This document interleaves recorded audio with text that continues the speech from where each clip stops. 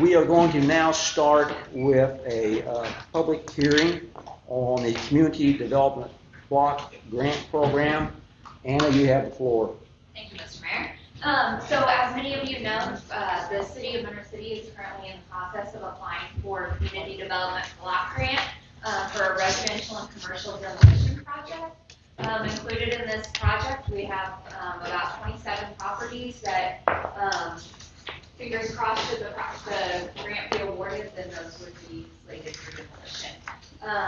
So this is a public hearing to accept public comment. We will do one of these. We do one of these now during the application period, and then we'll submit the application, and should the application be awarded, we would go through the project and then have another one of these public hearings to evaluate project success at the end. So as a part of this project, I mentioned there were 27 structures, and the total project cost is estimated about $412,000. The city proposes to contribute about $60,000 in cash, and there will be about $28,000 in private match, and that is made up of the matching requirements for the homeowners, property owners. And then the $322,000 would make up the balance for the grant, should it be awarded. We've been working on it for a very long time, and this is just the beginning. So should the project be awarded, we will work through the environmental review process. Our office has worked through as much as we can up front, so we can be ready should the project be awarded. But that would be a lengthy process, and then going through all the bidding and stuff. As part of this project and the public hearing, we are required to do a community needs assessment. For the sake of time, I went through the last project, which was a very, very, very long time ago. So this is in no way a current representation of Monroe City's current needs. But if there are any changes, I'd be happy to make those if anybody has them.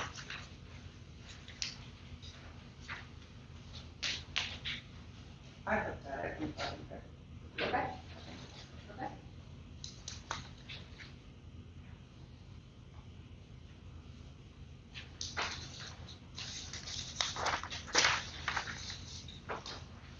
Are we allowed to ask questions?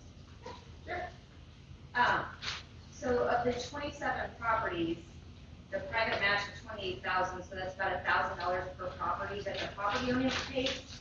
Right, so residential is $500 per property, and then commercial is 20% of their cost.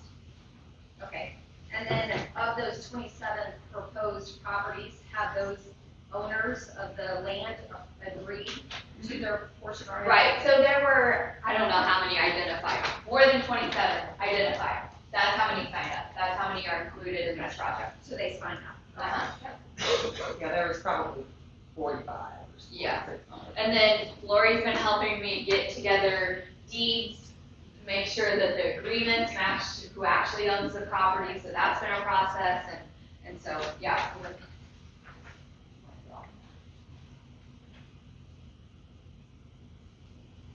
And then what happens to the property after the building is torn down? Who retains? So the property owner retains ownership. Okay, so they retain ownership. Yep. And they get their dilapidated thing. Yes. Even if there's money that's owed on it, like cutting the grass and doing. It will not, if there is a lien against the property, that will have to be cleared up before. Yeah, and that's something, we do see that a lot, after we get through, the process where we do a title search. And if those come back that they owe money on the property, they have an opportunity to clear that up. If they don't, then their property. I'm just wondering because I'm tired of the city losing money. Mhm. That's, Yeah, absolutely, yes. So, yeah, the answer to your question is it will not be torn down if there is money, a lien. And this is money, the city's contribution is coming from that economic development sales tax that we have. So it's not, it's money that is being collected from sales tax. It's not anything that is changed, correct? When I say that. Correct. It's not coming from general revenue, it's not coming directly from city source funds. These funds are being provided for this process by the Economic Development Sales Tax Board. They're using their funds that they receive through sales tax revenue. So thank you very much, Tax Board. We appreciate it. It's a big help. I was just Otherwise, it wondering wouldn't be because possible. of cutting grass and doing a bunch of stuff to the ground. That's why I asked. We see all kinds of liens Okay. on properties. Cool. Sometimes they are able to get them I'm cleaned getting up. tired of Monroe City losing money. Any other questions? Okay, well, so the applications are due at the end of this month. We still have some work to get done, getting some information together, but we hope to submit that application, much before the deadline, and then hopefully, I don't know, they say a few months, but we've never heard that before out of, the CDBG program. So I would say we would be very lucky to know by Christmas, but, that's the process. And if you have any questions, Danette and Lori and Ronnie know how to get a hold of them. Thank you very much, Ann. We appreciate your hard work. Okay, next one we have is a Board of Adjustment meeting. Mr. Potterfield, you have the floor.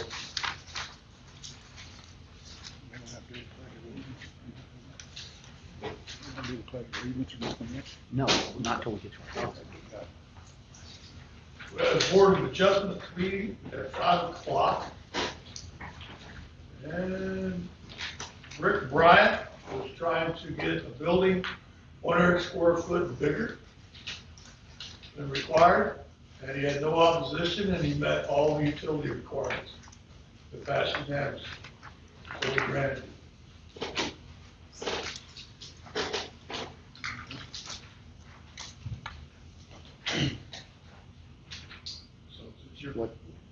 It's up to you all now. Okay, so what was your recommendation? We approved it. We approved it. Do you have a copy of that in front of you, or with you? Yep, somewhere.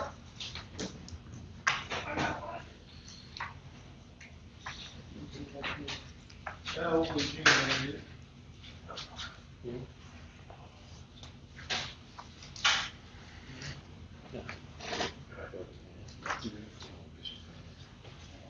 Yes. Yeah, that's what I'm looking for, right there. Right there.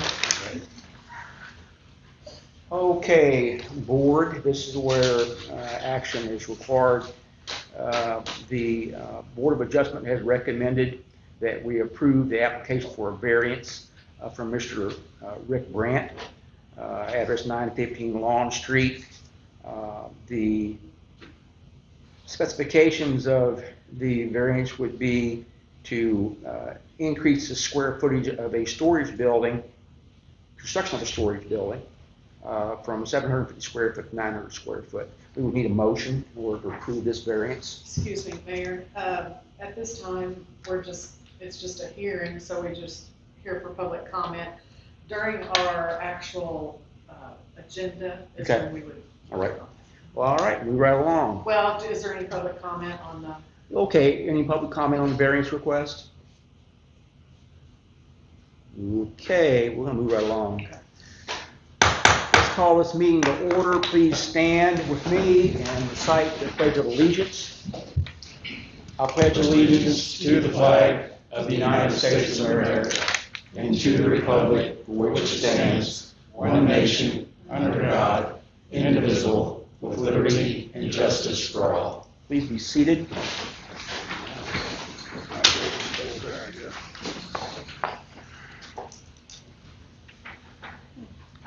Which number I want it on.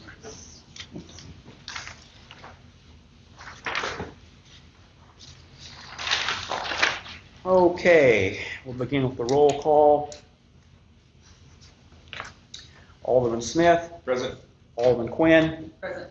Alderman Snyder. Present. Alderman Saunders. Present. Alderman O'Brien. Present. Alderman Osborne. Present. We have a quorum.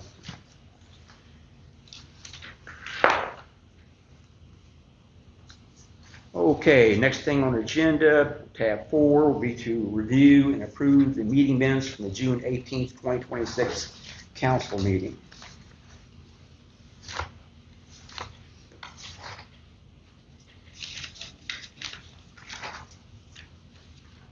I'll make a motion to approve.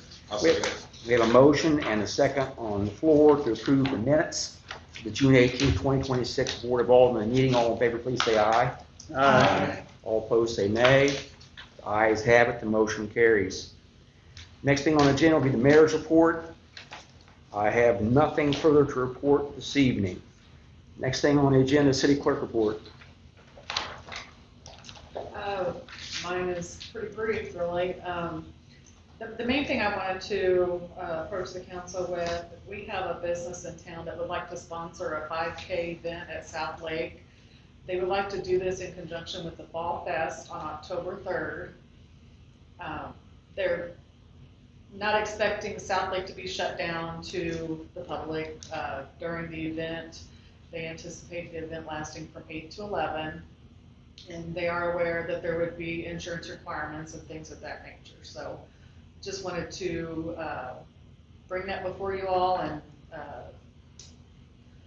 allow you all to determine if that was allowable out of South Lake. Okay, and It's actually a fundraiser for the Humane Society. Thank Sorry, you. I forgot to Thank you. mention that. I was getting ready to mention that. What I would like to see is a motion from the board to go ahead and approve the 5K run walk. Of course, that's contingent upon receiving appropriate documentation required for insurance. And the business that's wanting to sponsor is Dawn's Doggy Delights. Okay, so we would need a motion from an alderman. I'll make a motion. To approve, okay, to approve the 5K run walk sponsored by Dawn's Doggy Delights on October 3rd, 2026 from 8 a.m. to 11 a.m. Do we have a second? Second. We have a motion second on the floor. All in favor say aye. Aye. All opposed say nay. The ayes have it, the motion carries.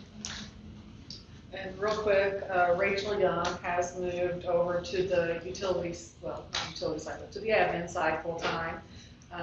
Christy continues to do very well. We did have 2 days of state training come in, and that was very helpful. And of course, we always have Rachel there too as a backup, and she's, of course, knows the job very well, and it's still very helpful for Christy, so. Okay. Does that complete your report? Yes, sorry. City attorney is on vacation this week. Next thing we have on the agenda is an authorized guest speaker, Mr. Todd Hartzell.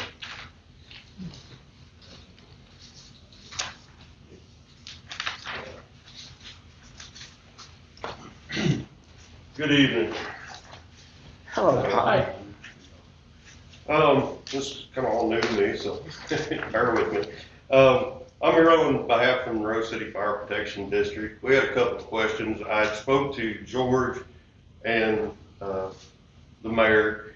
There was a few things that kind of been brought to my attention that we just kind of wanted to get cleared up, and the mayor thought that it'd be better to bring it from you all. We're looking for a signed copy of that hold harmless agreement that we had on the building, but we've never received. I don't know if anybody's aware of that, but the building that we're using that belongs to the city, we're using, and we signed a hold harmless agreement, but have never received a signed copy back. And we're still looking for that. If we can't locate that, we'll just re-execute it and get both parties to sign it and put that to rest, but hopefully we can find it. Do you know about when that took place? I do not, to be honest. Probably around the first of the year, maybe.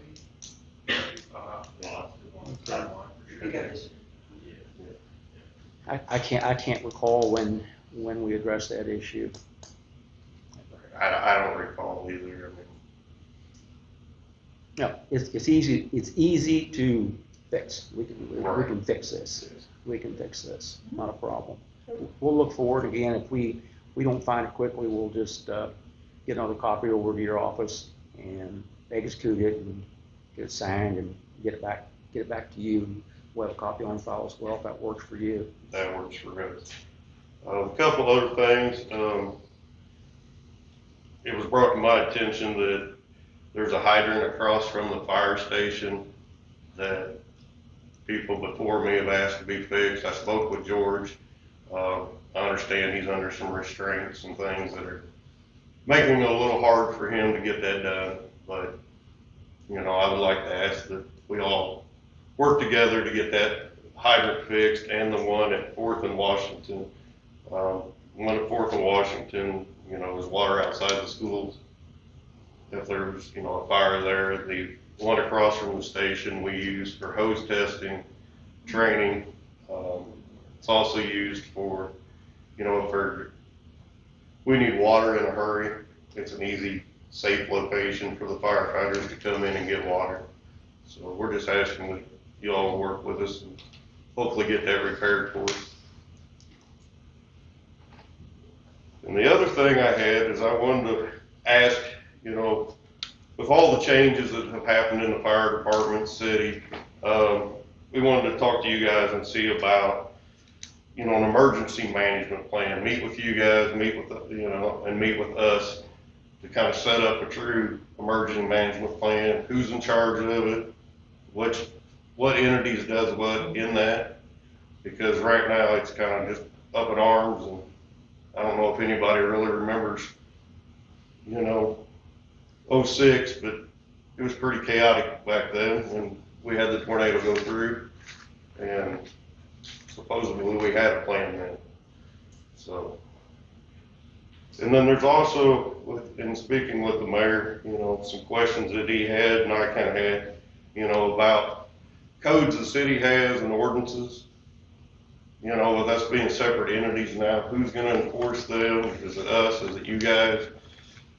I just, as the new president, I just want to work in relationship with the city and try to get to the bottom of some of the issues and get them all cleared up.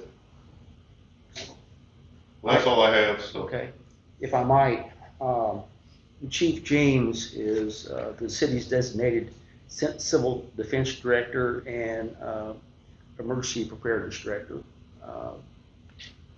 And what I would suggest is that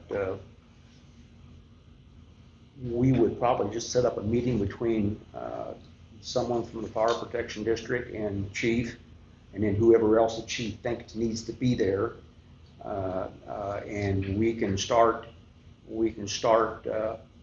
going down this path.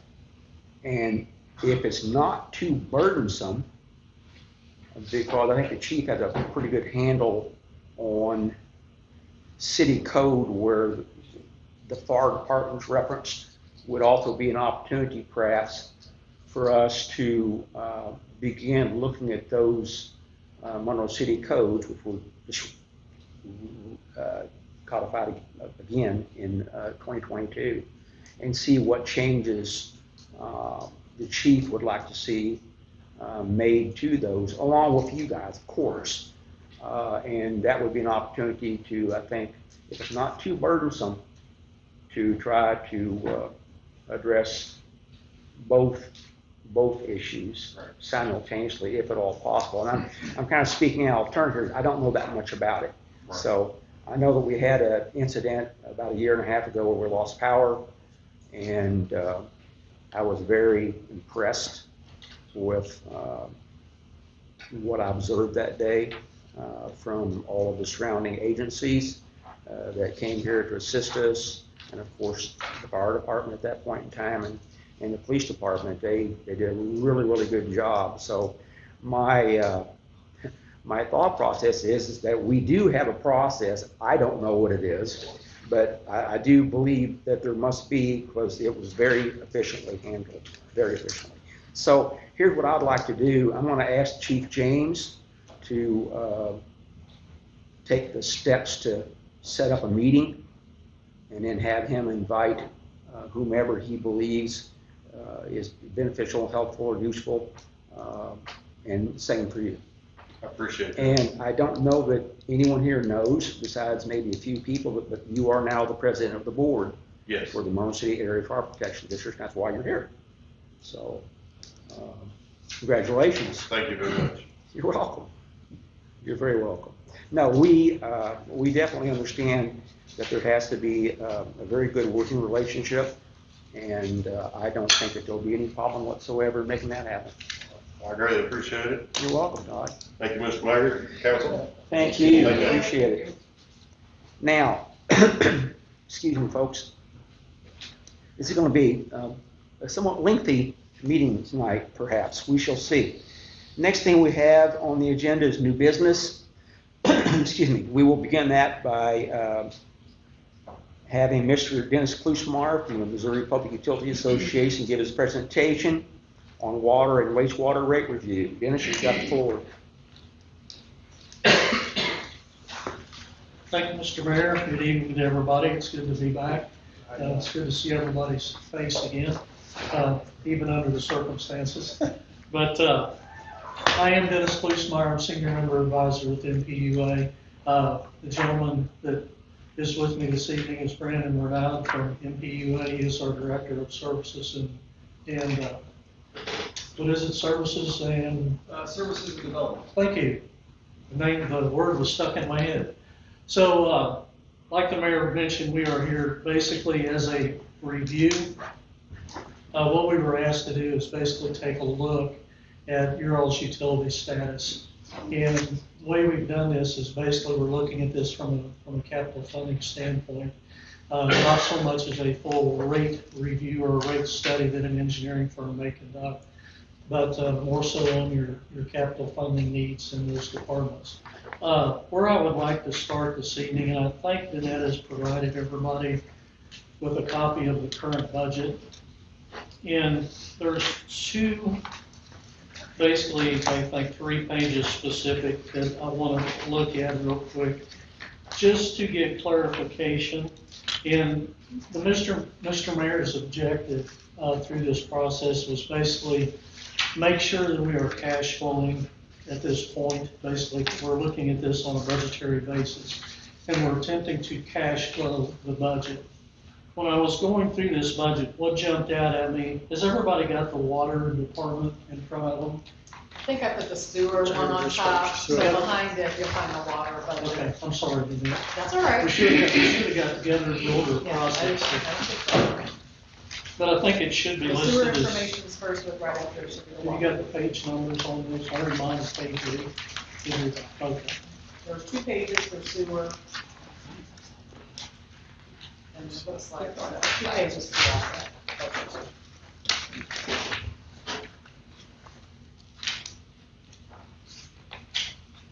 So everybody got it here? Someone's going to have to direct me to which page we're looking at. And section 9.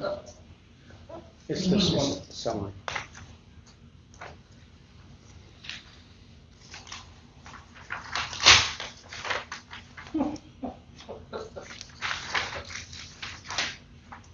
Please proceed.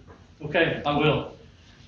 What I was wanting to point out, just to make sure everybody's on the same page and everybody understands this process the same way I do.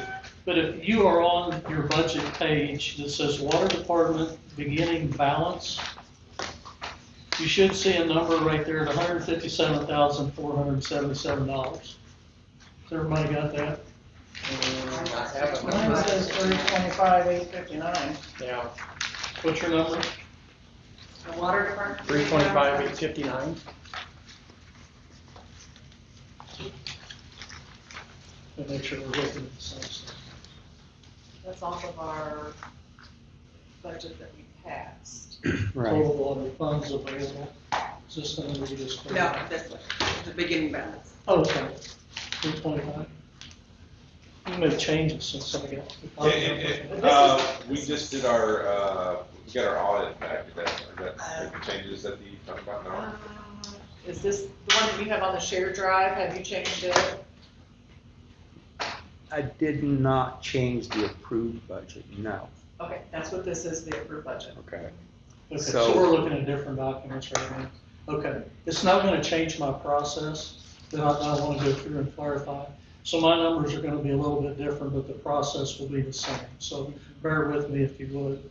So what I'm looking at is that beginning balance. And then as you look down your budget sheet, you show a total revenue, which is your utility revenues that are coming in from operation. And then you show a total funds available. So what that total funds available is showing is all of your utility revenue plus all of the money you have in the bank. That gives you your total revenue. So it's a combined number. It's not just an operational revenue number. Does that make sense to everybody? So you've got all the money you've got in the bank plus your utility revenues gives you that total funds available. Everybody follow that process? So when you flip to the next page, You want mine, Dennis? Sure, what we're looking at. if I can make sense of this real quick. Okay, full water funds available, you're showing 1.193 total water funds available. So when we go to expenses, let me get my bearings here on this sheet.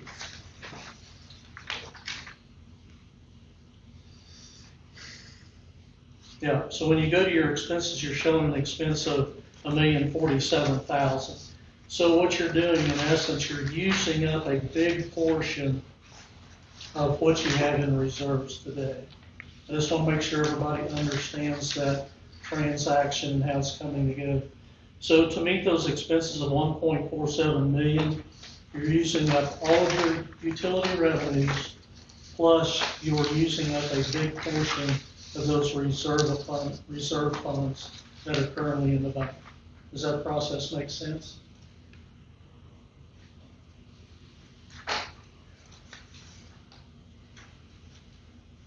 And the process is exactly the same in the sewer department. I'm not going to go through those since our numbers aren't, we've got two different documents. But that process is still the same. So when you look at those expenditures, you are using a big portion of your money in the bank to meet those current expenditures in today's budget, okay? All right, I'm gonna jump now, Ronnie, hope you can find this page. I'm gonna start with, you probably put sewer on the top in there too, didn't you? Yeah, so underneath the water budget, you'll find the rest of the water information for this. Ronnie will look like this. This is what we're gonna start with. And it should say water right up here at the top in mine that I printed in. Got it? Yeah. Okay, that first page we got listed as dashboard. So you can see right up there at the top what we have identified. And we have basically looked at your all's infrastructure and what the infrastructure that you'll have currently in place to support that infrastructure over the lifespan of that system. You all are requiring $396,655 annually to support the infrastructure that you've currently got. So right now, how that breaks down is into that $26.53 number per customer per month to support that $396,000 revenue requirement that we've identified so far.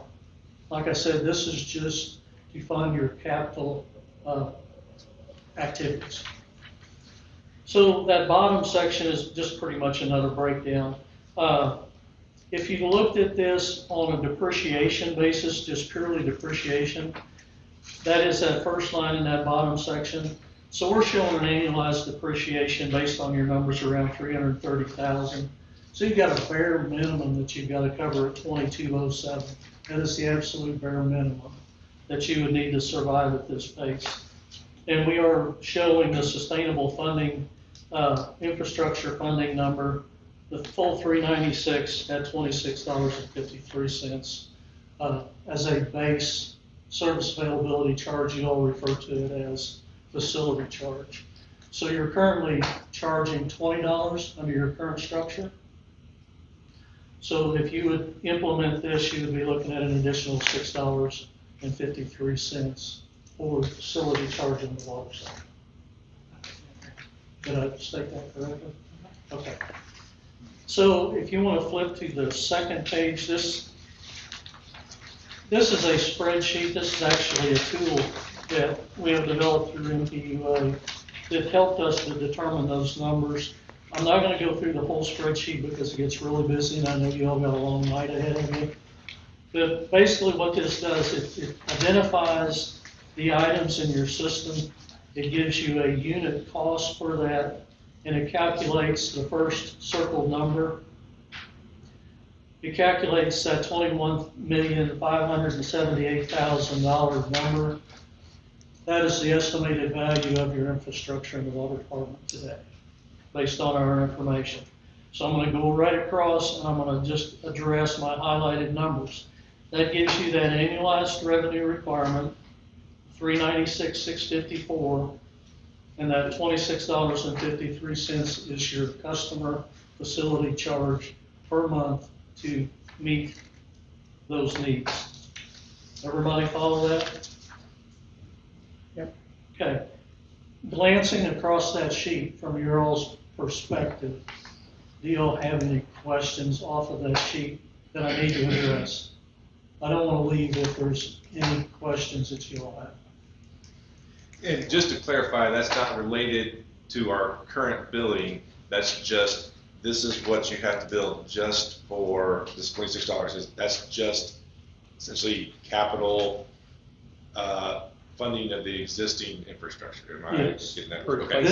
We're basically projecting, if you want to fund the infrastructure that you currently have in place, at today's market value, you need to be at the $26.53 to support that. I call it's your liability exposure. Because at some point, all of the stuff on this page is going to fail and it's going to have to be replaced. So it is truly a liability exposure that you all are trying to fund and support. So does that make sense? Yeah, Okay. that's. All right. Now, if you want to flip to the last page, this is a summary, and a lot of this is my thought process that I've tried to put in a spreadsheet. So the water department we're looking at basically from the black line above. It's the top section of this.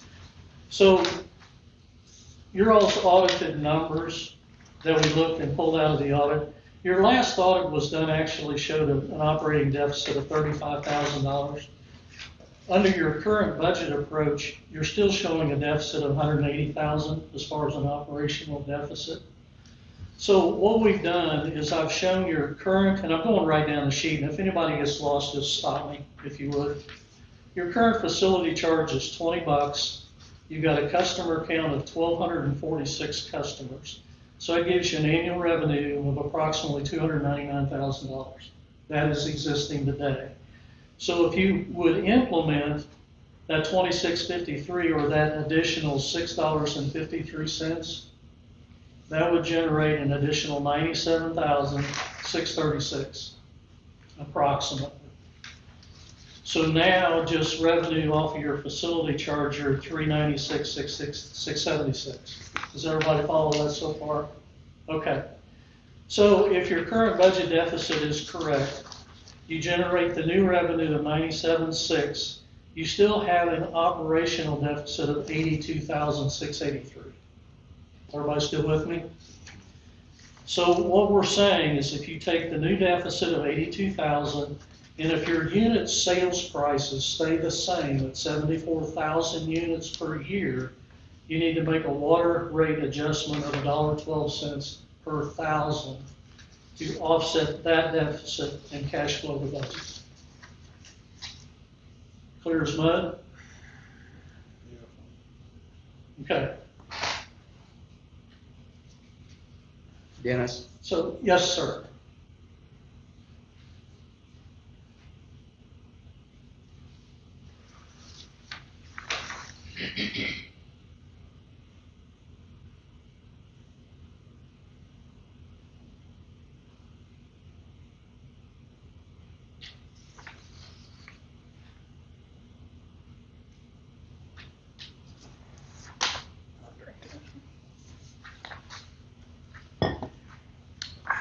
It looks short, Okay. very short. Well, like I said in the beginning, all we're trying to do is an attempt to cash flow. I agree with Ronnie, I mean, we're still short as far as any type of contribution into reserves, trying to build those capital reserves back up, because basically after this operational year, your fiscal year is over, y'all are out of money if this budget becomes a reality. So you've got to find a starting point.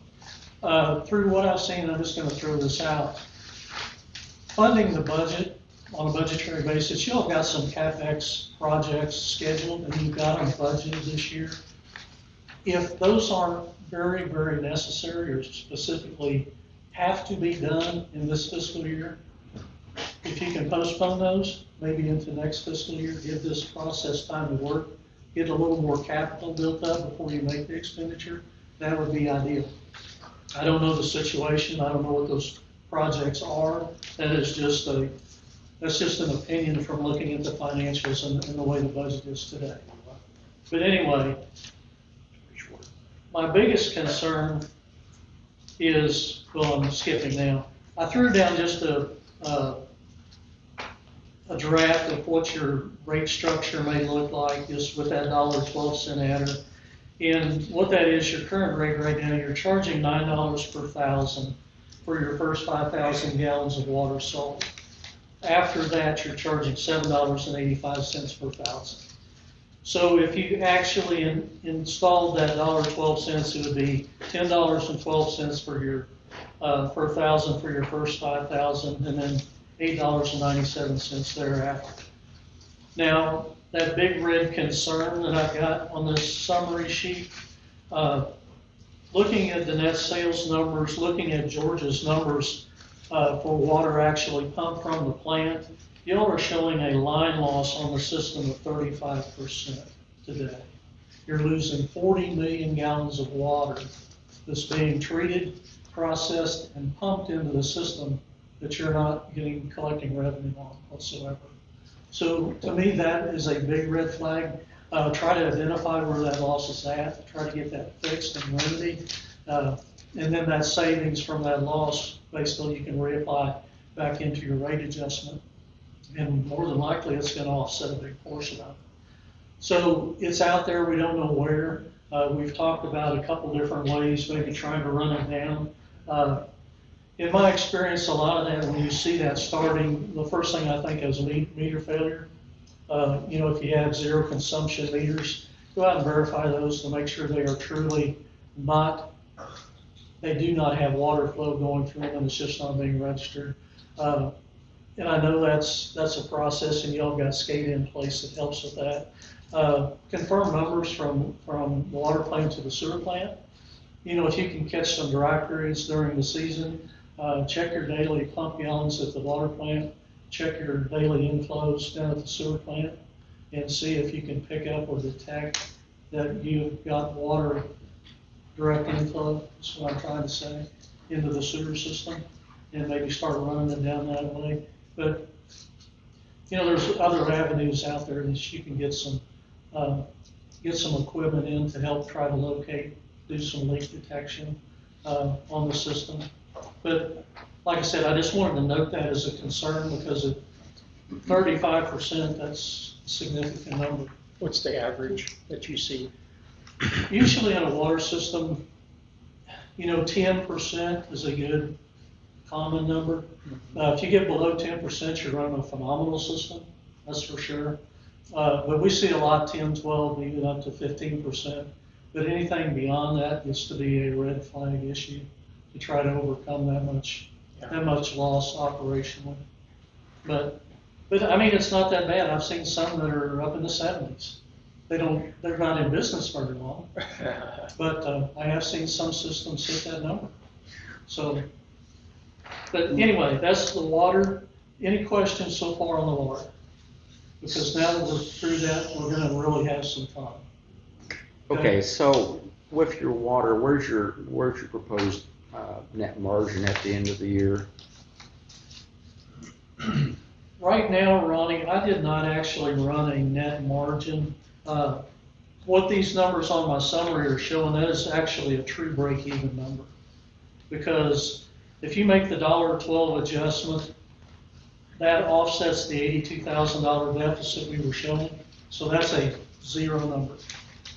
That's what my thoughts were. That is a zero number. And so you're looking at, under this proposal, looking at an adjustment of $1.12 per 1,000 gallons of water Yes. as the water rate. And you're looking at an additional, 653. 653 on the base rate. that would bring it up to 2653 from the current now. Yeah. So one thing, and I apologize for this, this just now occurred to me. If you took and could drop the, and help me with this, please, and jump in whenever you think it's appropriate, but reducing the loss from 35% down to 10%, reduction of 20% of the chemical costs. The labor costs are still there, facility charges are still there. You might see a small reduction in electricity, but it's not going to be a huge impact. If our chemical cost is, say, $200,000, which it's not, Yeah. and 20% of that would be roughly $40,000, which is helpful. But the thing that I'm concerned about, in addition to everything that you pointed out, is that I'm certainly not able to forecast what the CPI is going to be at the end of the year, but right now it's going to be around 4.1%, 4.2%.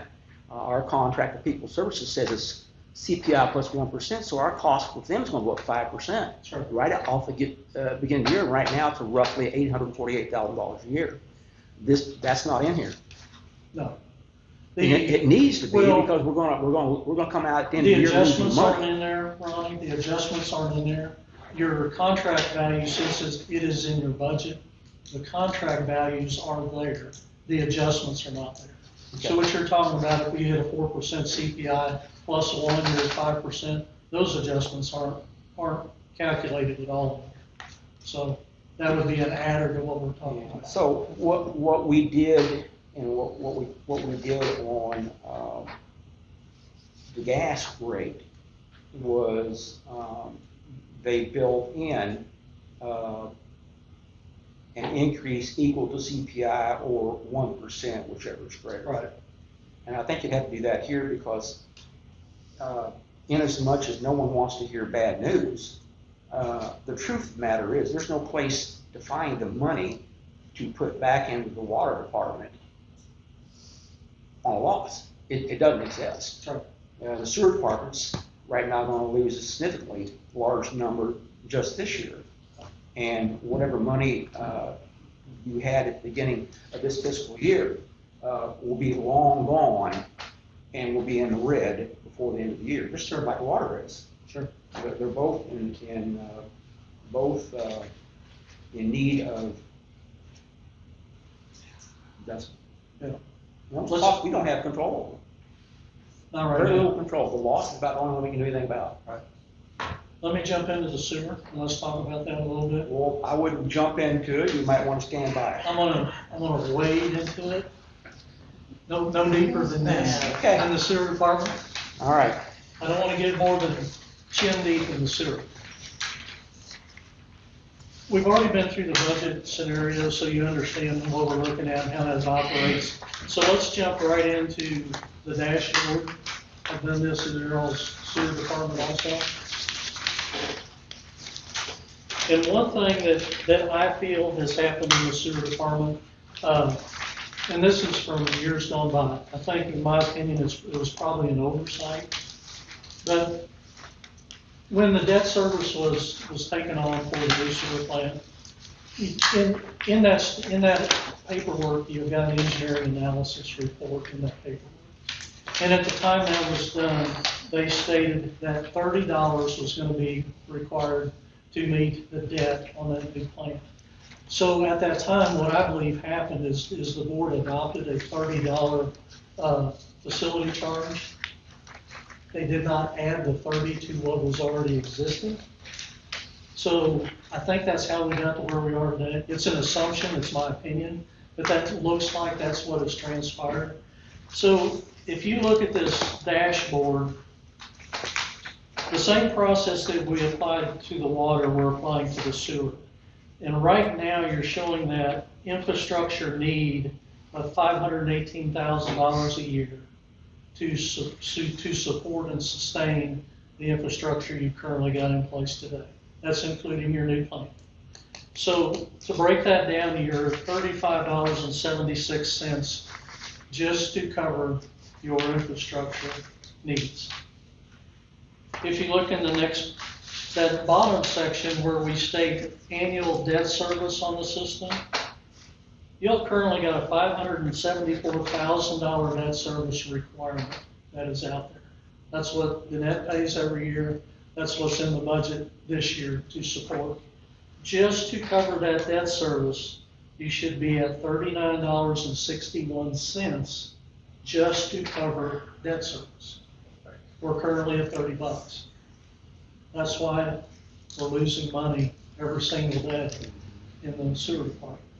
So in reality, what should happen is you should be looking at your infrastructure funding need of $35 plus the debt service recovery of $39. So if we were standing here today saying where you should be, that's $75.37 is what your facility charge should be in the sewer department. That's just saying what should be. Now, that's not what we're going to suggest or recommend because we understand the impact of that number. So let's take a look at this. I'm going back to what our intention is just to try to cash flow the department. So if you go to the next page, I'm going to justify numbers real quick, and then I'm going to jump onto my summary. Same process that we went through in the water. We're showing an asset value of the system today of $21,600,000 and some change. You're showing your annualized requirement of $518, which breaks down to that monthly service availability charge of $35.76. That debt service little block I've got circled down there, that is your current numbers. Your current, according to what the net gave me, I won't throw you under the bus either, but under the current numbers, you still have $9.5 million outstanding on that debt service. It is on a 30 years, you've got another 30 years remaining on that debt. So if you take that number, and here I'm going to admit I played with some numbers just a little bit on the interest rate so I could get to Danette's $574,000 that she needs. So even a 2.9% debt recovery ratio of 1.2, does everybody understand what that number represents? If you don't, I'm going to explain it real quick. Because what they do, since this is a USDA loan, they put this debt recovery ratio in there, which is telling you all, your all's requirement under this debt structure is you all have to recover 120% of what you borrowed. Now, the additional 20% actually goes into two different accounts that Danette has got established. That is a debt service reserve to make sure the money is adequate to pay the debt that's required. The other is a reserve, capital reserve account that has to be established to help support the future work needed on the facility that they just funded. So that's the debt recovery ratio of 1.2, 120% of the full value you borrowed. Make sense? Yep. Okay. So to come up with the $574,000, that's where we come up with the debt service recovery number of $39.61. Okay. Now let's flip to my summary, and this is very brief because we didn't play with it for very long, to be honest. So what we're showing, this is the bottom section below the black line on your else page. We showed your audited numbers right out of the audit. You all showed a deficit of $325,000 and some change. That's your audited number. What your current budget is showing, you actually improved, but you're still showing a deficit of $189,400. That's still your current budgetary deficit. So what we're showing here is your current service facility charge is $30 on 1,200 customers you're generating $432,000 a year. If you installed a new facility charge at 45, so an additional $15, you would generate another 216,000. Total earnings from facility charge would be at 648. At 648, you can cash flow your budget. But that's all you do. You cash flow the budget. So that's pretty much where we stopped. We took your budget deficit, that's the very bottom line. Took your budget deficit, your new revenue generated at 216. You show a margin there of $26,000 out of $1 million operation. So we just did budget, balance the budget, but you have no revenue to fund reserve accounts or any other improvements that need to be done. Clear? Everybody good? It's very clear. Okay. And that's what you were asked to do. You were asked to cash flow, you were asked to do a basically zero, start at zero, end at zero. Yep. Unfortunately, that does absolutely nothing to start building reserves. Right. If we have a major catastrophe, whether it be man-made or nature causes it, we're wholly unprepared to deal with it. Sure. And, you know, Ronnie and I, we've talked about this, you know, several times through multiple meetings. And when you look at basically building reserves and capital reserve dollars, I think the mayor actually asked me the question directly. What percentage do you need of revenues that needs to go into a reserve account like that? The industry standard is 2 to 5%. Most people try to operate on the 2 to 3% number, but somewhere in that range needs to be allocated specifically for reserve deposits. You know, if we were back out in the business world and we were looking at profit margins, everybody throws in 10, 15, 20%, you know, as a profit margin. We're a municipal utility system. You're a not-for-profit. So then we're standing here talking about 2 and 3% margins need to go into a reserve account for the what-ifs that come up. We've got to have it. We talked a little bit about storm issues. The president of the board was just standing here talking about the tornadoes you had in 06. Most people think about when you have an event like that, they think, well, you're going to get money back from SEMA or FEMA's going to step in. Those dollars are not there if there's not a disaster declaration submitted. So when we look at these isolated tornadoes that go through, if you had a tornado that just hit Monroe City, that's on your dime. You don't get state assistance, federal assistance, that's on your dime. So it's something to keep in mind. But Ronnie's got a good point. I mean, without those reserve accounts, you're susceptible to a lot of things right now. But I said my piece. If anybody's got any questions, I'll be happy to stand here and answer.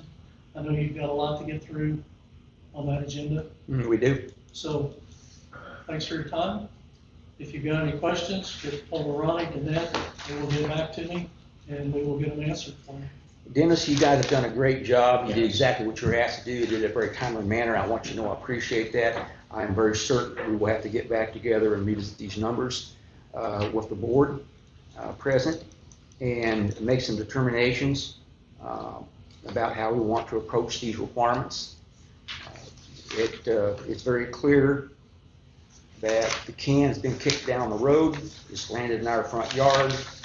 There's no road left to kick it down, and we're going to have to do something. We're going to have to do it quick. So thank you again.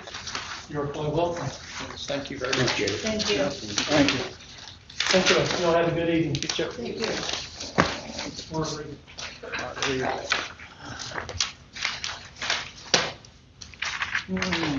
Yes. Okay, folks, next thing on our agenda is resolution number 3, excessive force prohibition. It should be found under tab 9B.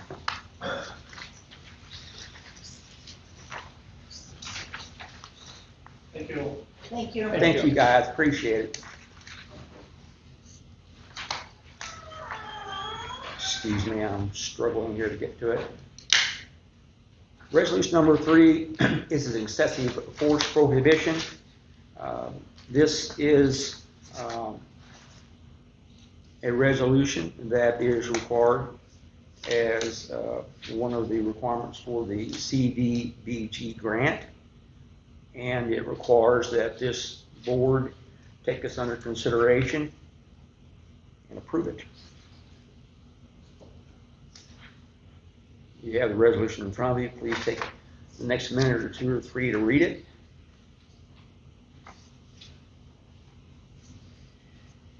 At which time, upon conclusion of reading it and asking and answering any questions you may have, we would need to have a motion.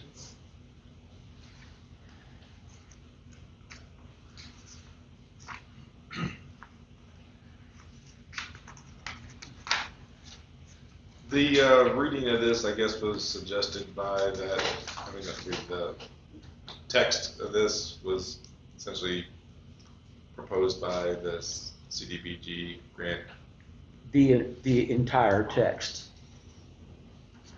The only modifications that were made were under Article 2 to make sure, and that done by the city attorney, to make sure that this was, that the penalties for violation were consistent with Monroe City Code. So, and John has reviewed that answers the Yes. second part of the Yes, question. he has.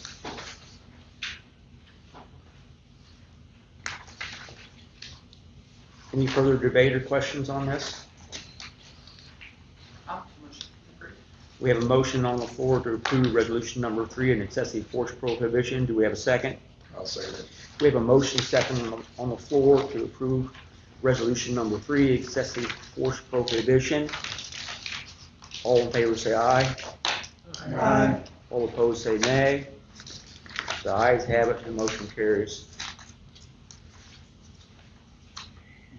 And I will get that signed when presented to me by the city clerk. And we'll get that put in place. Okay, next thing we have on the agenda is bill number 3 under 9C. Should be right behind the document you just looked at. Bill number 3 is an ordinance amending 42.08.010, 4208.020, 42.0.110, 4208.130, 4208.140, 4208.170, 4208.270, 4208.280, and adding 4208.290 in the Monroe City Municipal Code. To try to make this as brief as possible, these modifications, these amendment to the code is to implement an enforcement officer. And the enforcement officer, or the police, the chief of police will be managing the enforcement side of the abatement process. Now, is there anything that you want to talk about? If anybody's got any questions, I'll be more. Okay. I had a question. Go ahead, Mike. On the, like if a vehicle is towed to the yard, I thought that we had it set up to where the owner of that vehicle would go to the yard that it was towed to, prove that it was their vehicle, and make arrangements for payment to them to get the vehicle back. Is that not the case anymore? Well, we didn't change anything in the We didn't ordinance change any of the code. except for it, the word enforcement officer Yeah. was added. That's the only thing that was changing, except for the addition of 4208.290, which is an addition. And what that is does a much more precise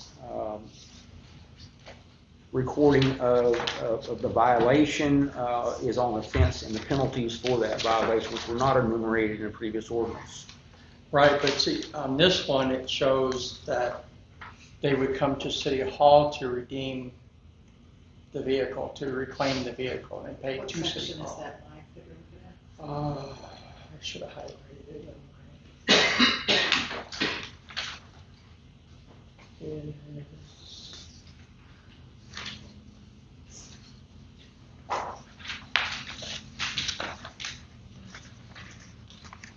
This is where the nuisance committee is that wants to put somebody else on there.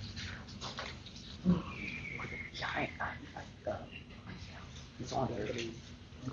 That's on this. It's a separate agenda. Okay.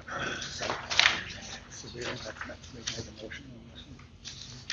Okay, at some point in time. Okay. That's my, Philip, would you please approach the board and explain what has happened, maybe in your own words? 140. It doesn't show, 140, you said? Is that which one it is? Abatement by city. On page 5. Yeah, page 5 of 10. Yeah, entitled to possession of the vehicle may redeem the property by payment to the city of the actual cost of removal and storage fee. So no See changes what I were made mean? to that, though, right? Yeah, I mean, Instead of it being paid to the what are storage. you looking at? What are you Well, looking he at? thinks that, I think he's saying that. We did not change that, Mike. It has always been that way, apparently. We did not change that. Please. For Sure, Chief, come on up. So, in the ordinance, it has the ability for the city to be the ones to pay to have the vehicle towed. Or, there is a second option for the ordinance where the tow company can come tow that, and it's at the owner's expense. So, because we do not hold them in our own salvage yard, the towing companies holding their salvage yards, that money goes to them. If we were to hold it in our own salvage yard, then that's when that would take place and we'd have to come to us. So there's two different sections referring, okay, cool. Okay. Yeah, they were using the second. Yes. So, Thank you. I certainly don't want to speak for you or the chief, but my understanding of this is we're creating an enforcement officer by changing the language. The enforcement officer is the mayor, and the mayor and also the chief of police can give their authority to another individual to enforce this part of the code. Is that fair to say it that way? Yeah, I mean, No, I've please. read it, but I'm not a lawyer. Well, The way I the only understood thing, it is we're going to, the board, the nuisance board, is going to seek, which we already have, a person to be a code enforcement officer Mhm. that answers to the board. Okay, And then we're gonna start taking care of all those ordinances you have. That's what I understood that this was gonna change. In other words, the mayor and the police chief still have the ability, correct me if I'm wrong, but we're kind of taking over that responsibility for them. I don't disagree with anything you've said. The enforcement officer, The code enforcement officer will answer to the nuisance board, the nuisance board will answer to you people, Mhm. to the council.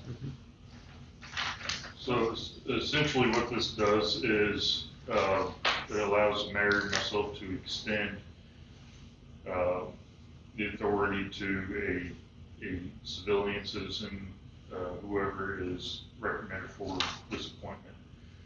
Due to this not being criminal cases, they are civil cases. It does not require a police officer to do these things. So this will give us some additional help to be able to get these done in a more timely manner. right now, we're doing what we can, we're wanting to move quicker. By doing this, this will help, get some more feet on the ground with doing those things. It's gonna take the load off the police department. Correct. We Correct. won't have to fool with it, we'll take care of it. No, I think, you know, we could spend a lot of time working with words, and how this is put together. I think the changes that John has recommended, I'm sure that the chief has reviewed them, I know that you've reviewed them, would be a really good start. And as with any and all the Monroe City Code, if and when we become aware that something's not working the way that this board had intended for it to work, we will be able to come back and address those issues. I think it's a very good first step, and I think we're all learning a little bit more about this process, and because it is a civil issue versus a criminal issue, yes, it's a little more complicated. But I think this is a great first step, and I think you agree with that. The way I understand it, if somebody, you know, we're gonna make 20% of the population unhappy, but 80% is gonna be happy. So if they have a problem with what we're doing, when they come up to complain to Zach or to Ned, you send them to the nuisance board, and when we have a meeting, they can come and address their complaint. Absolutely. And if they do not like our decision, then they can have a hearing. Am I correct? Yes. They have a hearing, and then it goes right up to you all eventually, if we don't get it settled. Hopefully, it doesn't have to come to you. Or Zach. So they're entitled to within 10 days, to be able to speak with the nuisance committee. And then if they do not agree with that, that's when we come back before the board. Right. For you all to make a decision on, so. Well, I'm certainly in favor of the changes, the amendments and the additions that have been made. I'm certainly in favor of all of it. And we met with Zach, and he's good with it, and they'll take a load off him, and I guess. That was we'll my do our question job. right there. Is Zach, you good with this and everything's legal? I mean- And that's all I care. Well, John's even on the nuisance board. Yeah, Yeah. We that's all got, mine. and plus we got a councilman on there. So, I mean, we've dealt with over 109 cars, getting them removed in a 3-month period, and we're still just scratching the surface. The nuisance board's gonna hire somebody to do this. we're looking at, we've talked to 2 deputy sheriffs. We're looking for a part-time, Right. we're looking at $300 to $600 a month maximum. So let's, I apologize. I think at this point in time, we need to focus on the amendments, and Yes. we'll have plenty of time I'm good to with that. get into the detail, if that's okay for everybody. So we don't need no motion for nothing. Oh, absolutely we do. We need a motion from a member of this board to approve bill number 3. I'll make that motion. We have a motion on the floor to approve bill number 3. Second. We have, thank you, a motion and a second on the floor to approve bill number 3, an ordinance amending 420810, 20, 110, 130, 140, 170, 270, 280, and adding 4208 290 in the Monroe City Municipal Code.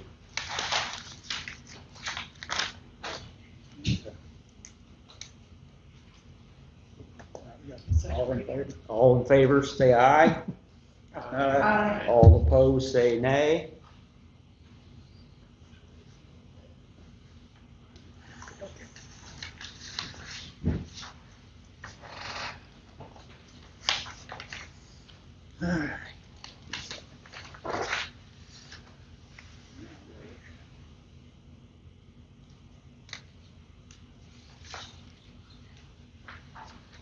Need a motion for second reading?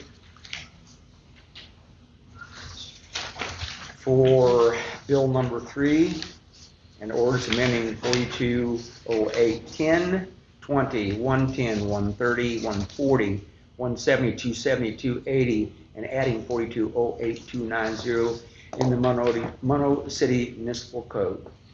I'll mix. We have a motion on the floor. Do we have a second? Second. We have a motion and a second on the floor to approve bill number 3. Roll call for Alderman Quinn, Yes. Alderman Saunders, Yes. Alderman Osborne, Yes. Alderman O'Brien, Yes. Alderman Snyder, Yes. Alderman Smith. Yes. The motion is approved. Bill number 3 is approved. Okay, moving right along. Resolution number 4 is a resolution authorizing the filing of an application with the Missouri Department of Natural Resources State Revolving Fund Program for loans under the Missouri Safe Drinking Water Law, Section 640 RSMO. This is a resolution that is going to allow the mayor to sign the application.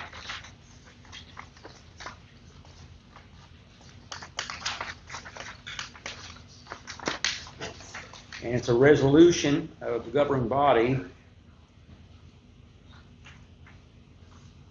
resolution number 4, and authorizes the mayor to file an application with the Missouri Department of Natural Resources revolving fund program for loans under the Missouri Safe Drinking Water Law. We will need a motion to approve resolution number 4. Is this for the emerging contaminants? I'm sorry? Is this for the emerging contaminants? No. This is for those who would like to know what this is for. This is for an engineering report, and that engineering report would, it's somewhat technical, a combined filter effluent, study an addition of clear well baffles to increase CT time in the first clear well, study moving the LAS feed to the exit of the first clear well, entering the second clear well, study addition of clear well baffles to increase CT time in the second clear well. Now, if you all find that very interesting, then congratulations. But it is for an engineering study that would be required. And George, correct me if I'm wrong, you do the engineering study, you take the engineering study results, you apply for funding to address the results of the study of any issues that need to be addressed. Correct, George? That is correct. So this is the first step in trying to seek funding to manage certain opportunities that have been observed to improve our water treatment facility. This is just a one-hit wonder kind of a thing. This, we did one for the emerging contaminants study that came back with a very good outcome, that we did not have any emerging contaminants that were currently required to be, I use the word control, it might be the right word to use, but we did find opportunities to address issues that were observed as a result of that study that would improve our water treatment facilities efficiency. And we put in for that grant. There was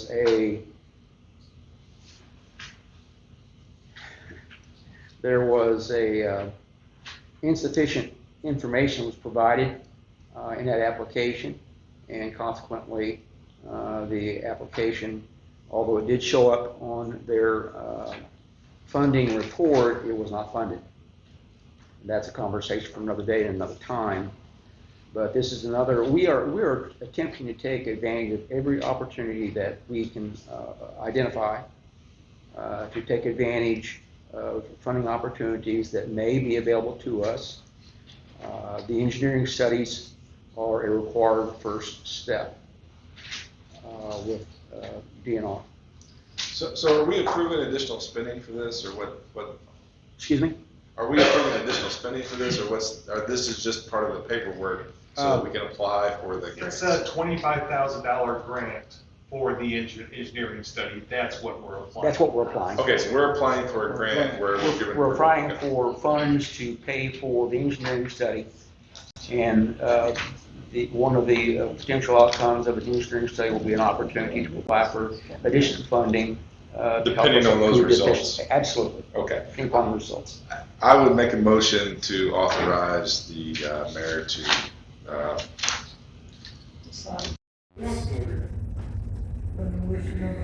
Resolution number 4, yes.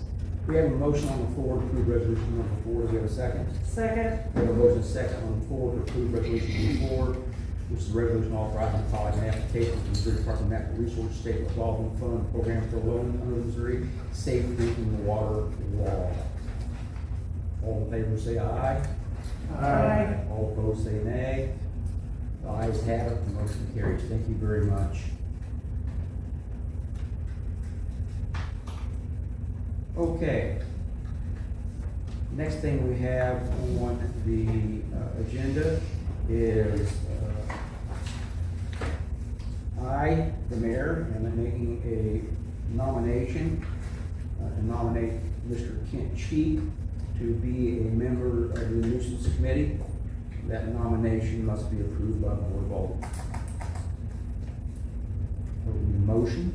I'll make that motion. A motion on the floor, and a second to approve the nomination of Mr. Kent Cheek to the nuisance committee. All in favor, please say aye. Aye. All opposed, say nay. The ayes have it, the motion carries.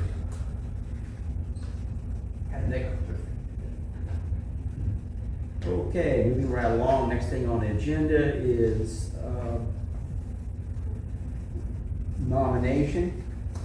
Again, the mayor is nominating Mr. Tom Bach to the Planning and Zoning Commission.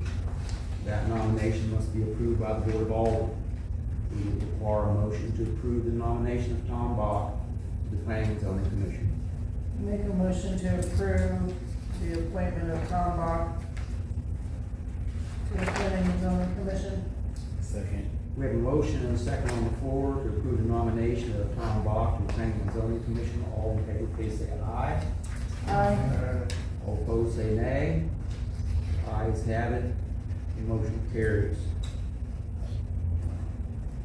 Next thing on the agenda, resolution number 5, which you should be able to find also under tab 9.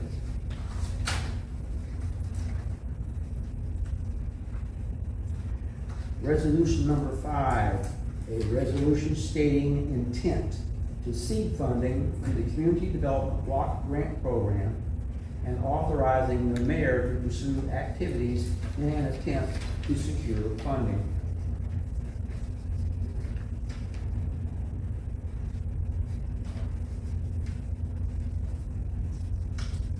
We would require a motion. This is what they were discussing earlier, Yeah, we are. I'll make that motion. development.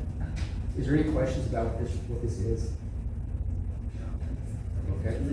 Okay. Okay, we have a motion on the floor to approve resolution number 5. Do we have a second? I'll second. We have a motion second on the floor to approve resolution number 5, a resolution stating intent to seed funding through the Community Development Block Grant Program, authorizing the mayor to pursue activities in an attempt to secure funding. All in favor say aye. Aye. All opposed say nay. Ayes have it. The resolution passes. Everyone accepted. Moving right along, council committee reports. First thing on that agenda is planning and zoning. We have not had any plans on this. I think you're gonna have one come up pretty soon.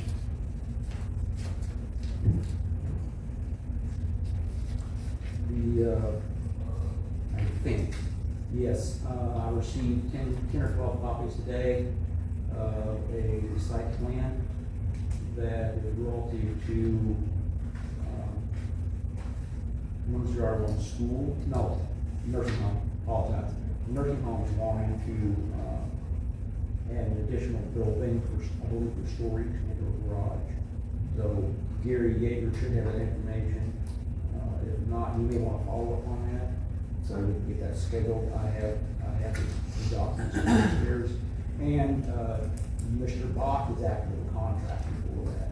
So whatever y'all do, you'll have to explain. Okay, moving right along, Parks and Recreation, cemetery stone repair bids. Let's see if that's under 10. Is that under 10? Yes. Okay. Is this the only quote? This was the only bid we received. It was for 8 stones at St. Jude's, and it was from Damon Boot, and the total of his bid is $2,750. If this is something that you all would like to approve, we will have to make sure that we have the insurance requirements and everything else, to get the work going, hold harmless and all of that. Okay. That would just need to be part of your motion, like before. Can answer the budget or anything for that. Yes. I'll make a motion to have Bruce repair the headstone. I'll second. We have a motion second on the floor to approve the bid from DJV Construction for resetting the tombstone to St. Jude's Cemetery in the amount of $2,750. And that is, And that is subject to receipt of hold harmless and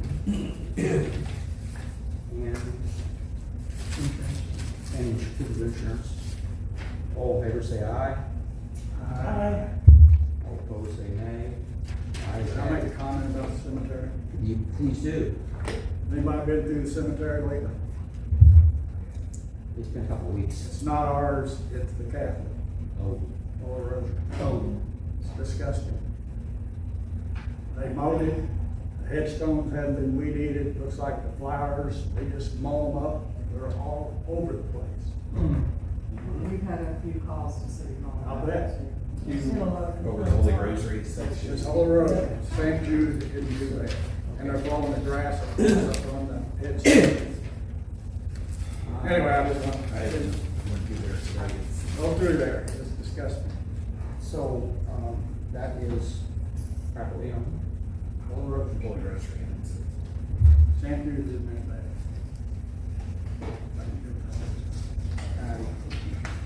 I'm not sure what. It blows there, Nothing. stuff blows over into. They need to get hold of Gary Yeager, that's all I can say. Okay. That's all I got. We had complained about it, but it was Catholic part, Yeah. wasn't ours. I think we'll just, move right That's all along. you, I just want to Move right along, if you don't mind. That's not ours. Next thing on the, next thing we have on the agenda, is the Economic Development Tax Board. I don't have anything besides, I don't know, do we have to do anything for this? No, I tell you what had happened is there had been discussion between the city attorney and the president of the tax board. And there was initially a discussion relative to doing something a little different with that, and at that time, not engaging Cunningham Vogel and Rose, or Ross, excuse me. The board approved the expenditure, and I received a draft agreement for services. And the agreement,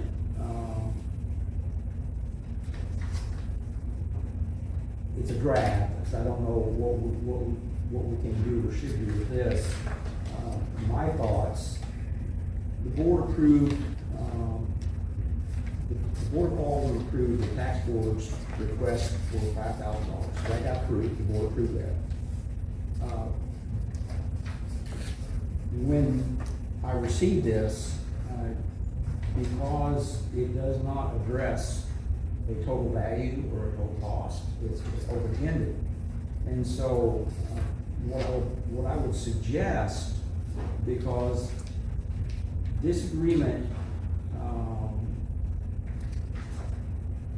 specified that the client is the city of Monroe City.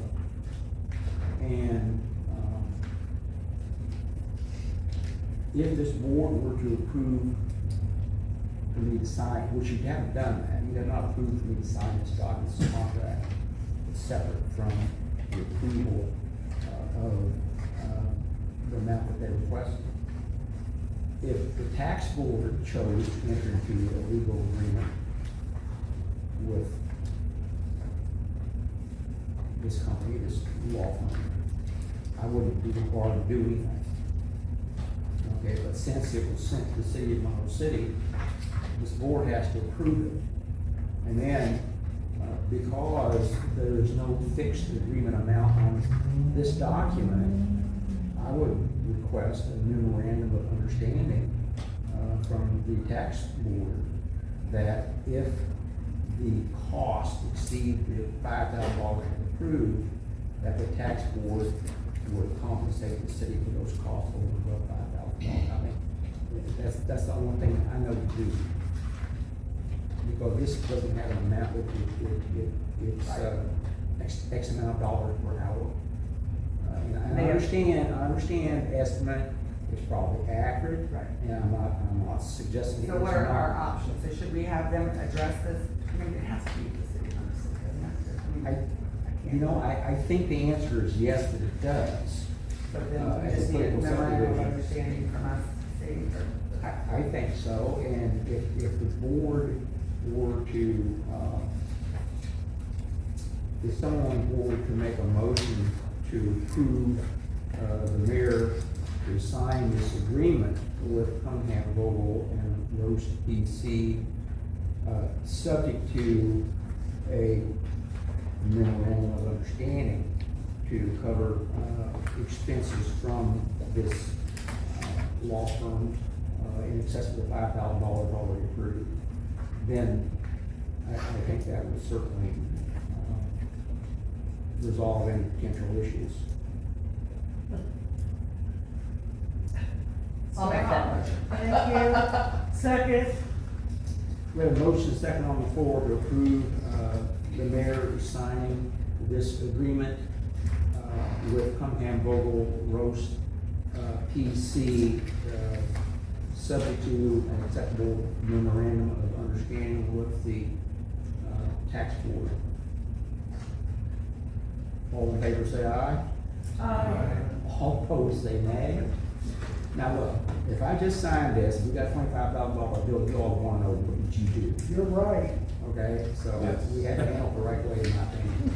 That's been handled, moving right along. Administration committee. Nothing. Operations committee. Nothing. Board of adjustment. You got it.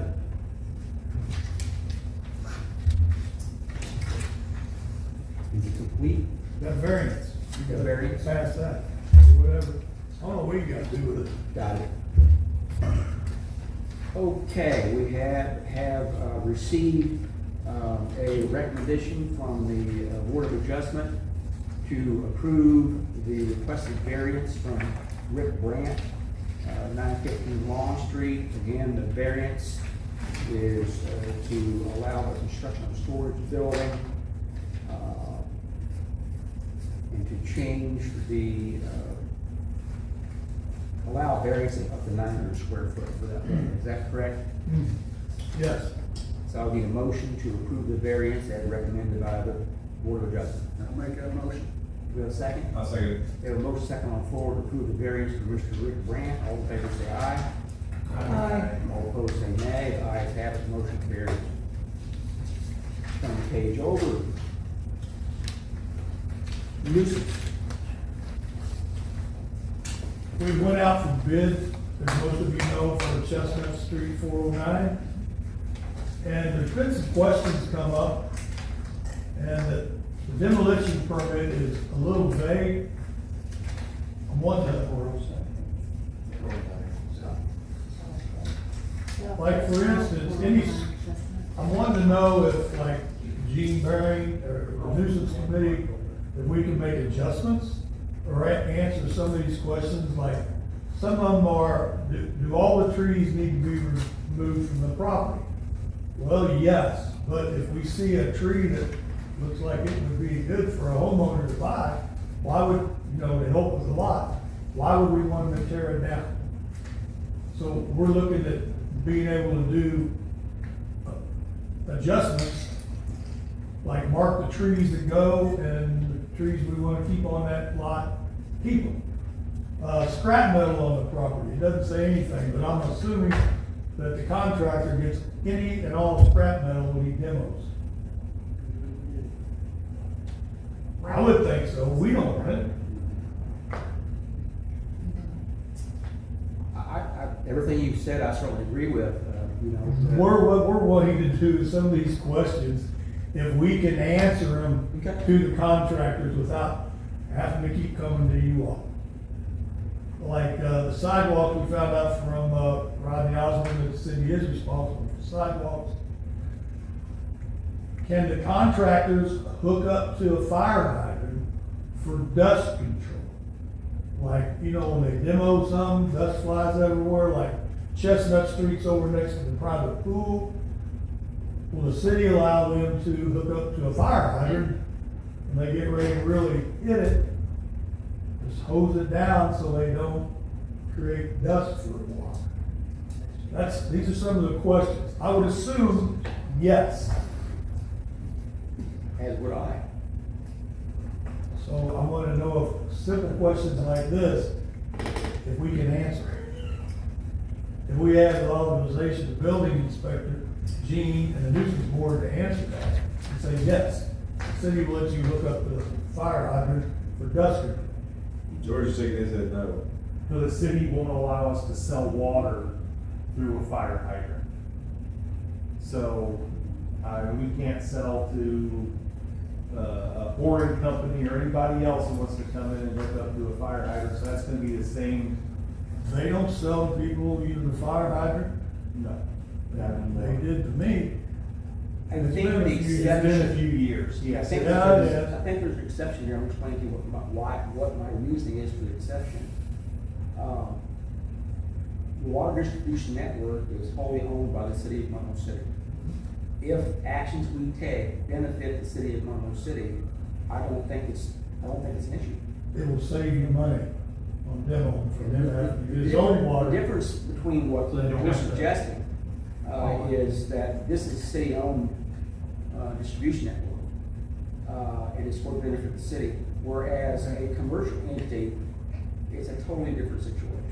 We just gotta make sure placement, it can't be like, the hose can't cross the street. I get it. And I think stuff we like can. that, so it'll be on a case by case basis. Yeah, that's common sense. Now, I'll put it Yeah, I'm across okay the with street. that, you give me your authority to do that, I that's think fine. one thing that, I apologize, continue.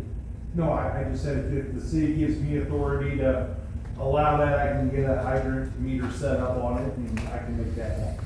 Okay. I think one thing that needs to be briefly discussed is this only applies to a property that we're doing. Right. It has nothing to do with these other properties, but they have a whole different set of guidelines. Like what they're doing. Right. This is the city's project, This is the it's city going to project. economical Right. development. This is very unique, and because it's our project. Correct. I personally don't know why we can't authorize the nuisance, you can do this by motion. You can authorize the nuisance board to set exceptions to the current demolition, requirements. That'd be great. And the chief's on there, associated with that. Like you, I can come to you and The ask building questions, I inspector- can do this. The building inspector's on there, So we've got Alderman on there, I don't know, Meter. they've got plenty of oversight. For it? Plenty of Or orders. let's use a meter so we know how much, And the because city pays on it. we'll get it free. Yeah. Okay. Yeah, we just need to know how much. We'll just have We've got to several bid. authorities already on that board. I don't see an issue if it's a one-time thing. It's specific just to this property. This time. Yeah. But going forward, if we do any more, Well, yeah, and we'll address it as they come by. okay, I'm good with that. That's just, I just want to Does someone approve. want to make a motion to authorize the nuisance committee to make changes and modifications to the requirements of the demolition? How you want to state this? Whatever you just said. The building inspector Okay. should, Gene Baring, he's not here, but the building It's inspector. right there. Where is it? Why did you up here? Get up here. I got one Gene in here, I'm gonna do it. Let me restate the motion. I think the motion should be to allow the nuisance board to establish variances to the current demolition permit requirements. Oh, that's great. I like it. I'm good. That's what I said. Second.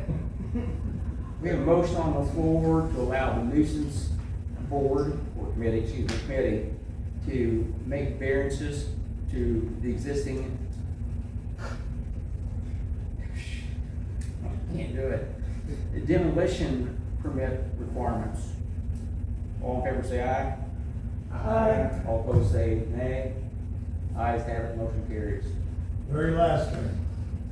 They want, the day they first start doing demo, they're gonna want a police number to call, because if there's any heat, it's gonna be the very first day, you know, when they're demoing, the property owner, if he's not happy, although this one lives in the state of Washington, probably won't show up, but they want a phone number to a direct police officer on duty that day they're doing the demo, not 911. Can we get that? That's fine. Did I forget anything, building inspector? Okay, I'm done. Questions? No, I'm sorry, Mr. Buse back there has some question. I've been over there twice. You can't see where the property line is as far as the brush and leaves and trees. So who's gonna define where the property line is so you're not on the guy next door? And what about trees that are on the property line? They need to be removed, or you can't be working on somebody else's property. Sounds like they just give us authorization to find that for you and let you know. Okay. All right? Okay. So you can't see a property line.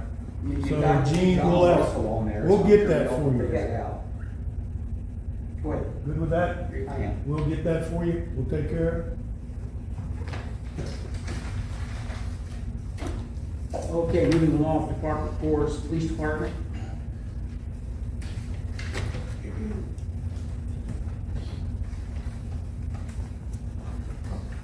I'll try to keep this short. The humane shelter, we finally just about got it done, so we hope to be getting that reopened here in the next week or two. Anybody wants to see all the changes been made, feel free to get hold of us and we can take it down and show you. The admin assistant deadline has closed out, so we have all those applications. We've got 30, a little over 30 applications to go over. So, look for those, we do have some very good applicants. So we're going to be getting to work on that as well. Once we start getting into that a little bit more and start narrowing that down, we're able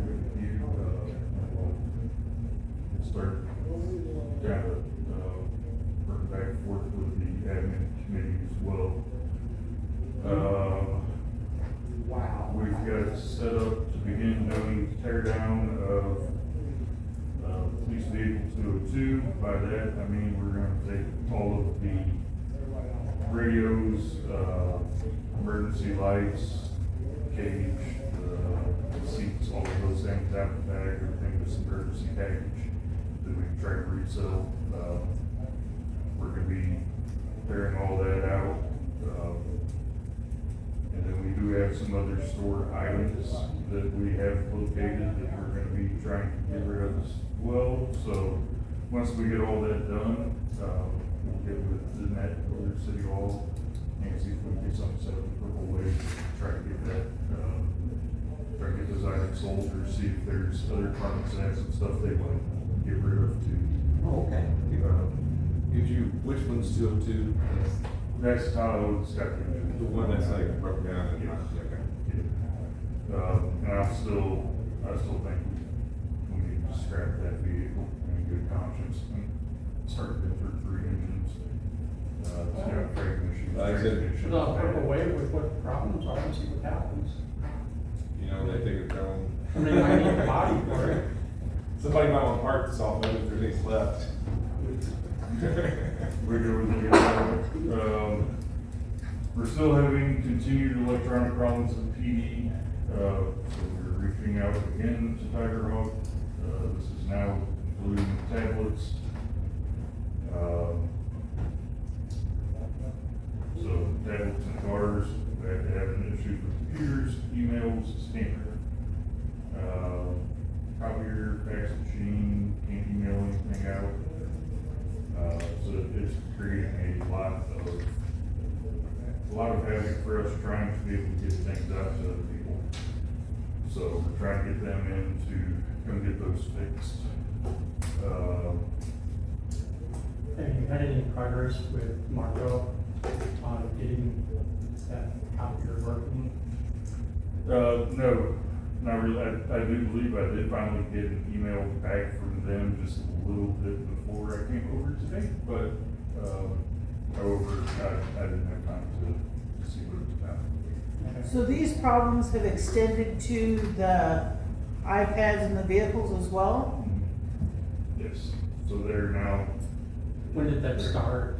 That began probably 3 weeks ago. Is this a virus When did you get your phone? or something rogue?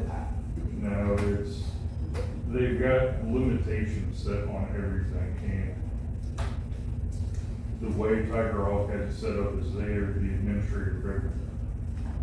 But we have Marco, they're the administrator of that copy machine. So those butt heads. And then one time one of them will win, next time the other one wins. Does So- Tiger Hawk offer copiers? That I don't know.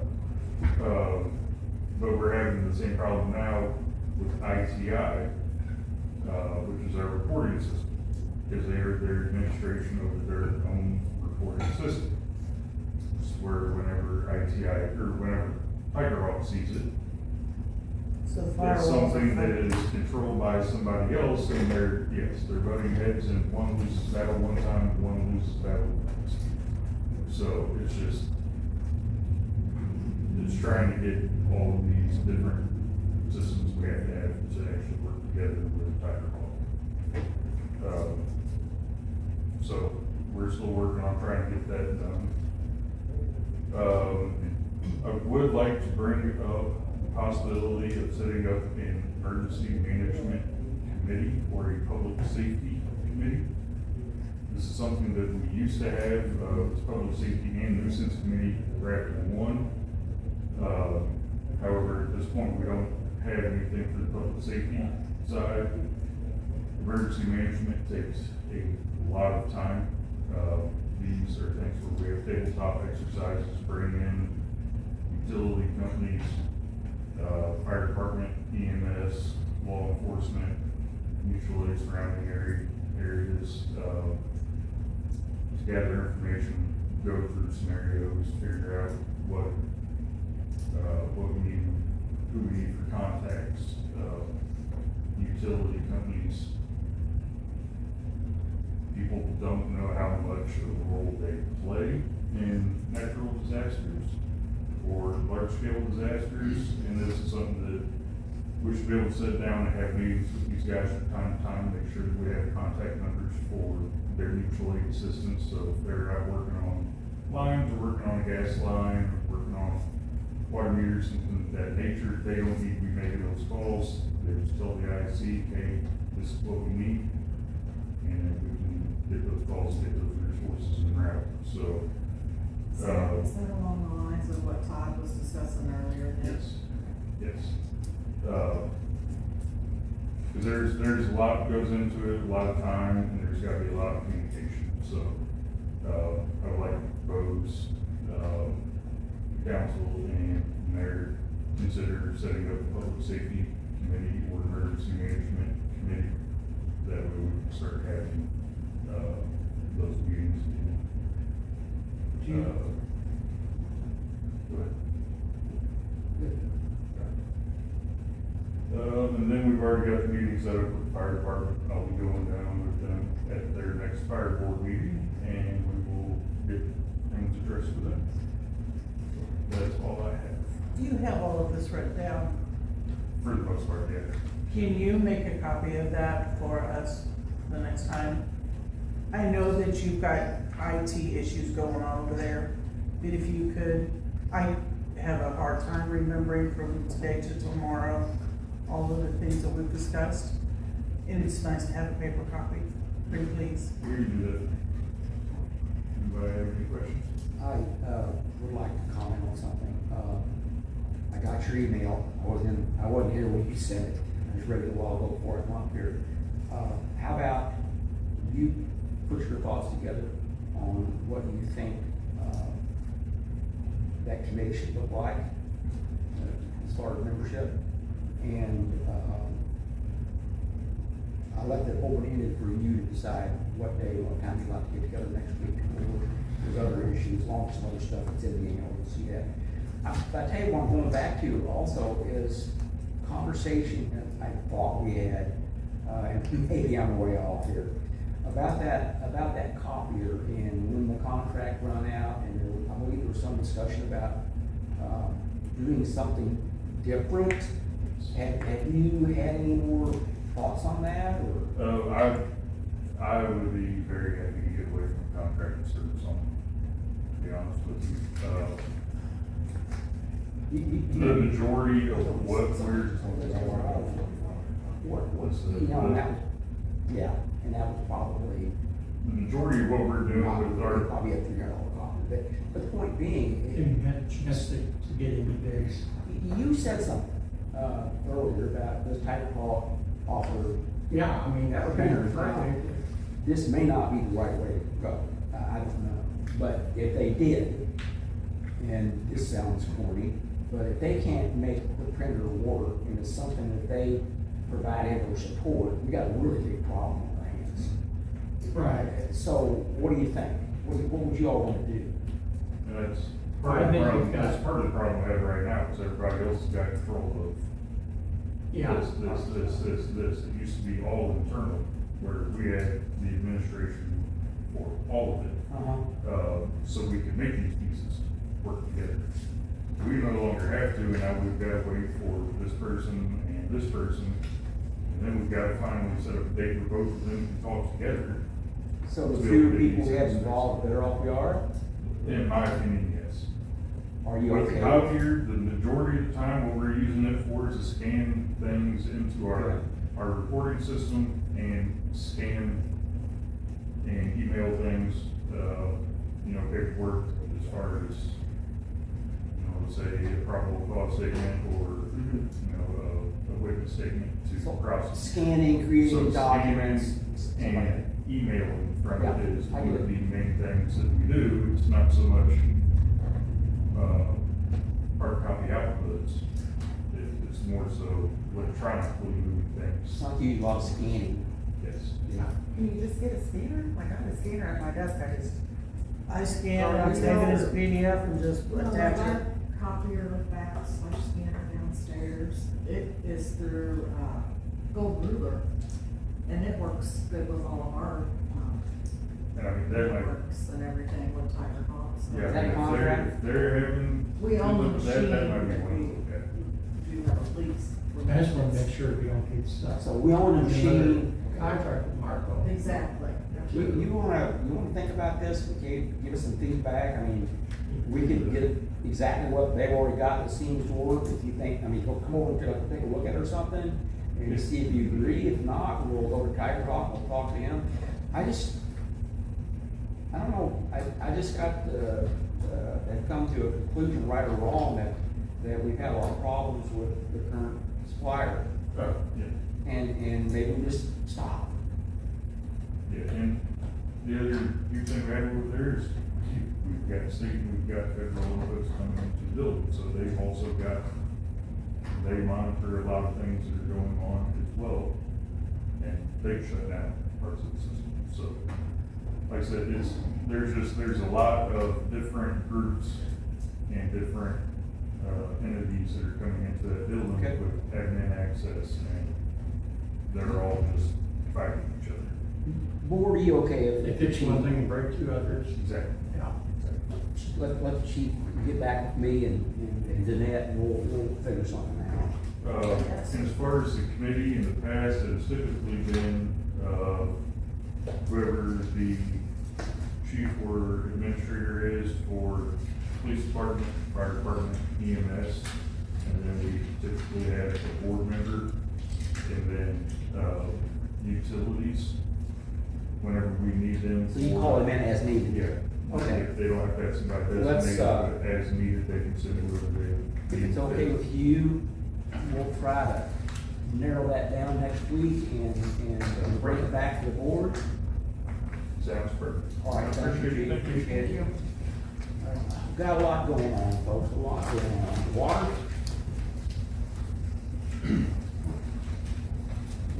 And I didn't get this in enough time for you guys to get a package, because I just.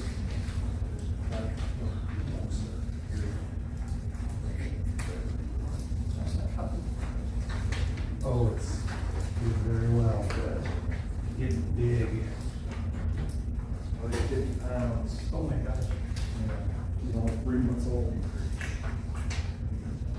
All right, back on the June 4th meeting, we talked about the feed motor for the carbon feed system at the water plant. It went out. At that point, I took it off, took it to Richards Electric, and finally today, they told me they can't fix it. It is a specialty motor. The motor and the gearbox are essentially built together.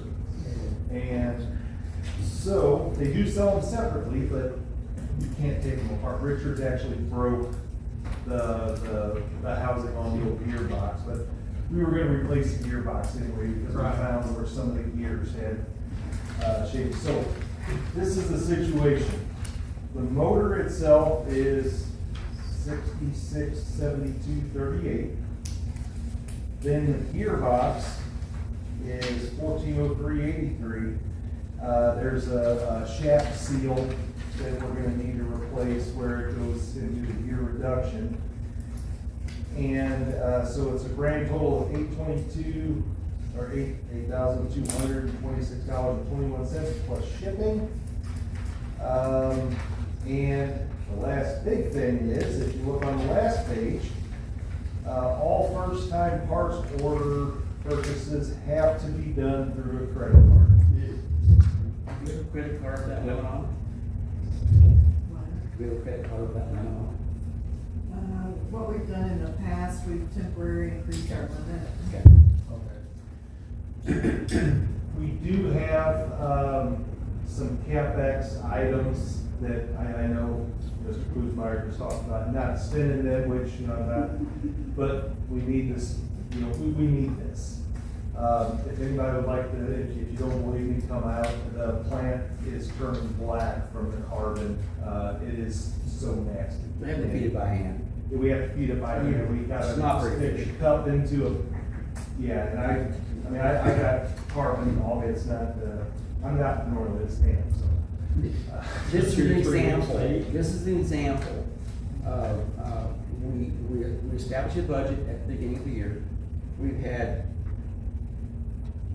more than one occasion where we have had required expenditures that were not budgeted items, or at least were not planned.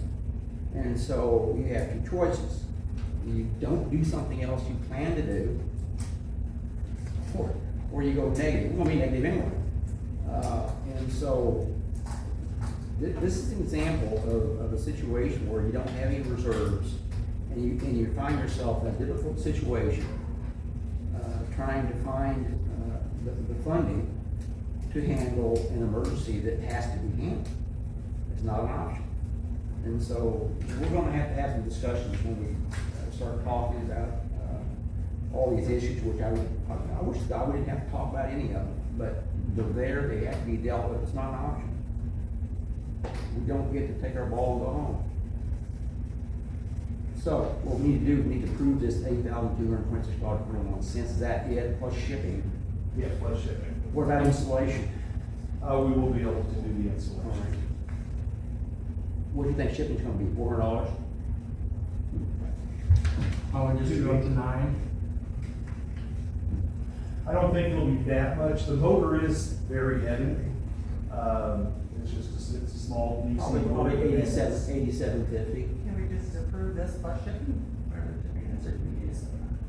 I'm sorry, Alderman. No, I didn't hear. Can we just approve this bid plus shipping? I mean, shipping Yes. is shipping. Yes, you can. Yes, it is. Okay, you have a motion?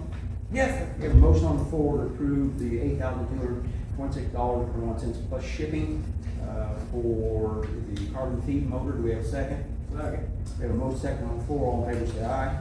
Aye. All opposed say nay. Ayes have it, motion carries. George? Right now, get that information to you, as far as get the connect back to the quote and everything, and we're very, so. Okay, anybody have anything else for me? No, thank you very much, George. Appreciate your help. Electric Department?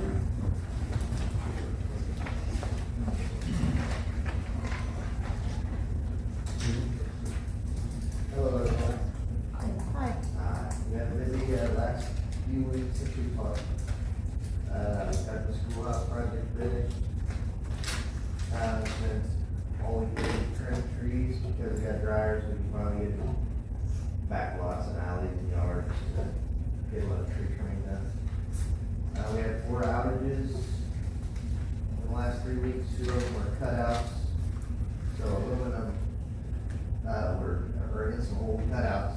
When it gets hot, it corrodes over time. It gets hot and it fails. So it just burns over. We had 2 of those. 1 transformer overloaded. We upgraded it to the other side. And we had a small fire. It was a neutral connection that was bad, and it was hard to, and it caused a fire. So we got that all repaired, and that's basically how our last few weeks went. Any questions? So, I was understand that the school was pleased. I believe so. Good. Yeah, it's a new line in there, so it had, I think, 2 rotten poles, 3 rotten cross arms, some older wiring that was called Hendrix cable. It's all twisted and it's just not efficient. It's dangerous wire. So we shrunk new wire and put new poles in. And we had to have a couple outages that lasted, I think, 4 hours, 4 to 5 hours, both 2 days. But we got it all finished, and that'll be good for 20 years. We had 1 transformer that we'd like to go out and see if we can find maybe sell it or something.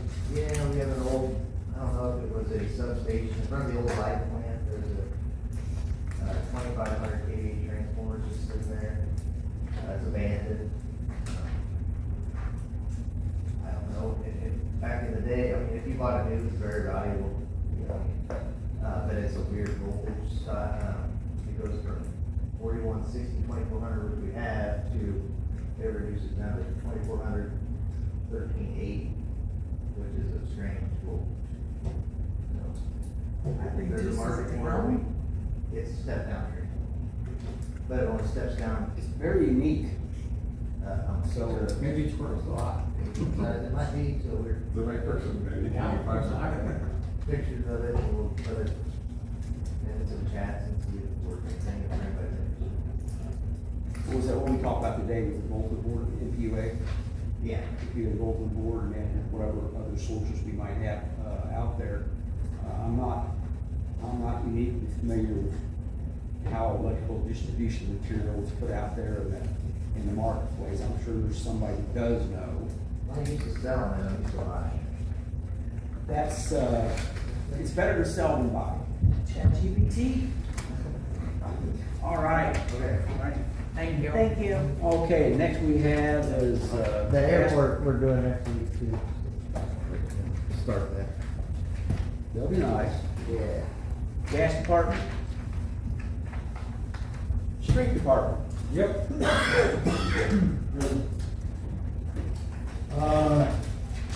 Citywide went real well, I had nice compliments how we did it this year, doing the 9 dumpsters. Really slacked off the second week, so we were able to fill 9 and quite a while getting that last one, so we extended it 2 weeks, so that went really well. What I was gonna ask you about, over there on, Monroe Street, South Monroe Street, we need to clean that alley out of that entrance. Electric or gas or fire or anybody needs in there, needs got her blocked. Where's South Monroe? Right now from Between Park and Barnes, down south. 510 South Monroe, clean that and that one. He's had a couple loads of dirt in there, I don't know, a couple months probably. That's just something that needs to be cleaned up. Normally, I just went in there and did it. In other words, he's blocking the alley, an electric truck, we have a It's an open problem. It's It's a city alley, So my car won't fit through it? it's against the law to block alleys. Well, darn it, let's get that cleaned up. Is this the west entrance to, the utility easement on Lawn Street? It's between Park Lawn. Yeah, yeah. Right up through there. On Monroe Street. That has been, problematic. That easement has been problematic for,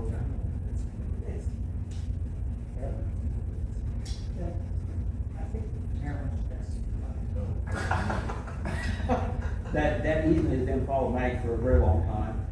I know that on the other end, we ended up putting, I wasn't here, putting a culvert. And then, there's at least one or more buildings, there's one building that it's in the easement. It's resting within the easement. Yeah, got that in a couple places. And, when I was on the board back many years ago, back in, sometime between 2003 and 2004, 2010, at that point in time, the city went on record, advising homeowners that if they were to erect a fence or put a building in the easement, the city would move it. Now, I don't know what this board wants to do. But, Is that still in the ordinance? I don't think there's no ordinance that addresses it. And I know there's ordinance, you can't block an alley. And here's the thing, and Kevin, you're the expert here, but there's never been gravel on that. Nope. And there's never been, I don't know, is there tin horns or? I put a culvert there about 10 years ago, Both ends? and then I guess he cussed me out the other day about that. Not me personally, well, 3 or 4 weeks clean. I think probably what it comes down to is, It needs to be removed. communication and education, to where, that would allow, homeowners, property owners to understand how easements work. And, I'm not sure what the correct next step is. I'll make a motion. Chief, before you make your motion, sir, the chief would like to, provide some input. That's something that we could address through, the nuisance if you would want us to. But this is city property we're talking about. No. Yes. Yes, it is. Yeah, Hold it on a is. second, hold on a second. let's talk about this for a second. I want an education. I pay taxes on it. You have a used easement for 8 foot of my property. And my neighbor behind me has an easement for 8 foot. The city has a 16-foot easement down through that area. I own it. I pay taxes on it. You have a legal right to enter it at any time for any reason. But it's mine. It's not the city's. But then what's the right to block said alley? Because if you took that tag, no one would mow their yard there. They would just stop doing it. Yeah, it's the property. Now, if there's an alley there, like a lot of places are, where you've got gravel, you've got ditch on both sides, it's a no-brainer. The people know, that's part of the problem here is it's not not an necessarily alley. an obvious rock alley. Is it a proper alley that's just overgrown? This is an alley that never got rocked. We was gonna rock it years ago, and, people lived right there through a pit. So it's not a closed alley? No, it's open to get, so they can get to their electric line and whatever. It's dirt. That's right. Well, I guess when I say closed, I mean closed being it's reverted back to the property owners. There was never ever an alley there. There's never been, when I use the phrase alley, I'm not talking about easement. Okay, an easement is something that's granted to the city to utilize for utility easements. There's gas lines running through there, above, there's the telephone poles, electric lines, cable TV. There's some areas of cable TV, the cable underground, but those are all easements that is granted to the city to utilize, they're called utility easements. So when those easements, is there an agreement between that property owner, I guess, with that easement? I never signed one. You're talking 100 years ago, I don't know. But normally, if you have an easement on your property, you still maintain everything. Well, yeah, and everyone does. You know, I was just trying to make a point that the property owners maintain it. Well, The alley, they there's don't. the distinction between an easement and like an alley that we Yeah. gravel. Although I'd say the other distinction is like, once again, the city has the easement and property from the sidewalks to the street. But They sure do. people mow People between mow. the sidewalk and the You're street, it's just not absolutely gravel. correct. I mean, there's a lot of that stuff. I mean, But that's. just don't give that person the right to block. Block. No, it does not. I grew up on a So, grass alley. you were getting ready to make a motion, I think the chief has an idea, you're gonna make a motion. I make a motion that we give Rodney permission to remove it. And if he puts it back again, then I'll make a motion that. Can we put gravel on it? No. Not without getting a lot of chewing out. So you want him to remove? Be a lot of gravel too. It'd be a lot of gravel, we'd have to excavate it, put in ditches, you have to put in. There's about 5 alleys in this town that didn't get rocked. We was gonna rock them, but people raised all kinds of hell. So we left them alone. I'll second it. Okay, so we have a motion and a second on the floor to direct the, street department to remove the obstruction to the easement at So is it- Monroe Street. Where are you gonna put it? Oh, Gary's taking all the dirt. He's filling it. Grand gas line. So is there an ownership issue of this material that needs to be addressed? I mean, we could pile it separate, I wouldn't think so. Junk. Junk, yeah, Nasty. dirt and gravel. You do realize this is going to cause some consternation. Because like I said, you want the nuisance committee to Yeah, if I seen this, I was kinda knowing, I was gonna Should've talk been about on it, it. but see. Oh, you want to do that? What we gonna do? What's on the nuisance? Pass it off. Is it already on your radar? Here's where my problem is. I'll say let's do it. No, it's not what we're currently working on. We talked to the owner. We're gonna address it, see if we can get them to at least move it off of that easement, and then if not, we can start into the nuisance process with them to have it removed. Yeah, why don't we go that route? That's right. Okay. If I seen the guy, I was gonna actually talk to him and say, hey, you know, you can't have it, I'm giving it out. How long's it been there? Oh, a couple months. Couple months. Okay.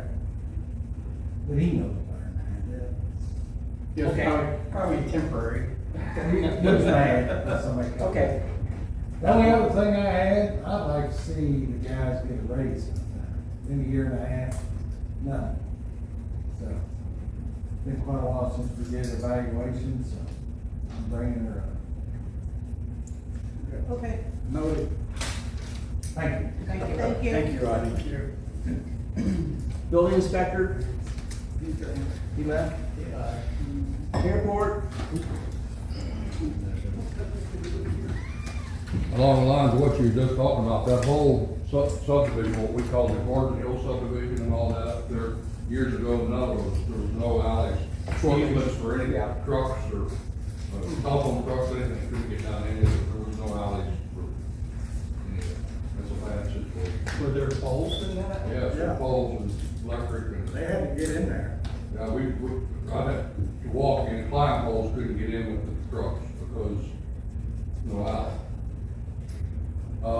To the airport, you gave me permission to order $30,000 of fuel.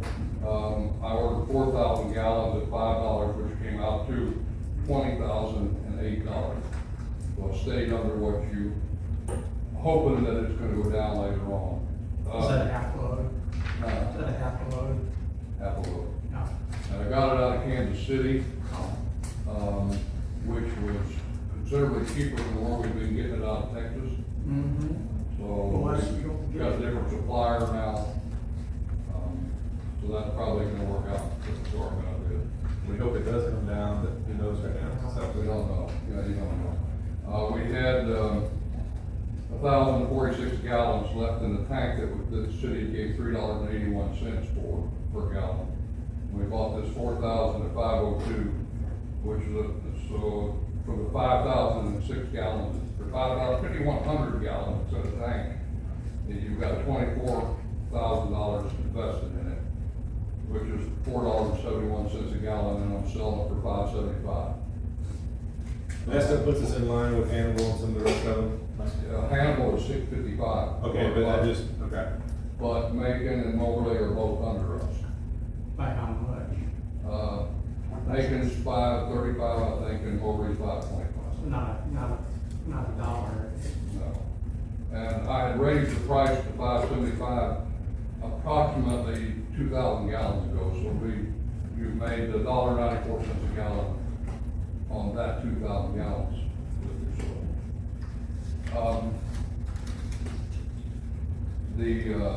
Kimberly Mason from MoDOT called me this week. They're gonna be here to inspect the airport Tuesday, which is MoDOT safety inspectors. And, so that's a good deal. Rodney had the boys come out and mow and clean, and they've got the place looking really good. Thank you for that. Yeah, no problem. Appreciate it. You talked about moving that pole next week. Will we be out of power? Okay. Next week is Oshkosh week, starting Oshkosh, so I expect traffic to pick up. Oshkosh is actually the 20th, but people will start coming through. A lot of them come ahead of time. You think you'll have your fuel by then? I've got it. Oh, great. Fuel's in the tank. And Hayner is supposed to do an inspection of the fuel system to satisfy the state. And I called him again today. He was supposed to do this a couple of months ago, but for some reason he didn't get it done. So I told him that if the building inspector or the state inspectors inquire about it, I told him we've got it scheduled to be done. So he didn't give me a time, but. It's not yet based code. And I'll forget something, I think that's all I've got. Thank you, Bill. Thank you, guys. Good, thank you. All right. Mosswood? Bill, you got power. Are you Mosswood tonight? I am. Holy smokes. Their representative, she had to leave a little earlier, but she wanted me to let you all know that they have going on out there, that hopefully have completed by Wednesday. Also, they have paid for the chemicals, which they're applying, and now they're just waiting for reimbursements. But she said if you all have any further questions, feel free to contact her. She didn't elaborate on what project they've got going on? There was a lot of talking at the time. Okay, thank you.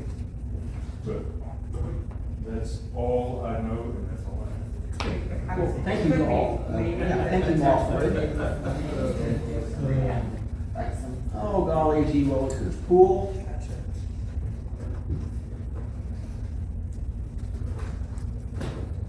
Any discussion on the pool? I mean, the park, I mean, that's been over about a month ago, the parks had their meeting and there were, I mean, revenues have improved a little bit this year on the pool. Of course, we've had some rate, additions.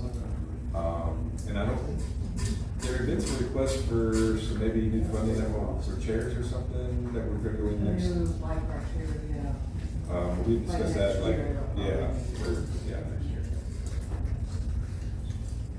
That's all. Okay, excellent. Okay, next thing we have will be, presentation of bills and approval of payments under tab 12.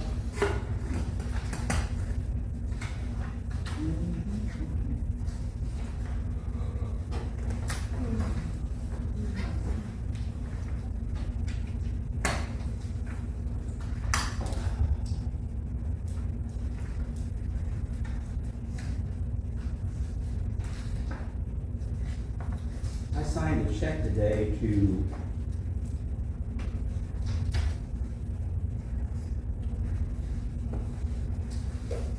the legal firm. Okay. I signed a check today. Yeah, I signed it as well, Lori has it. So,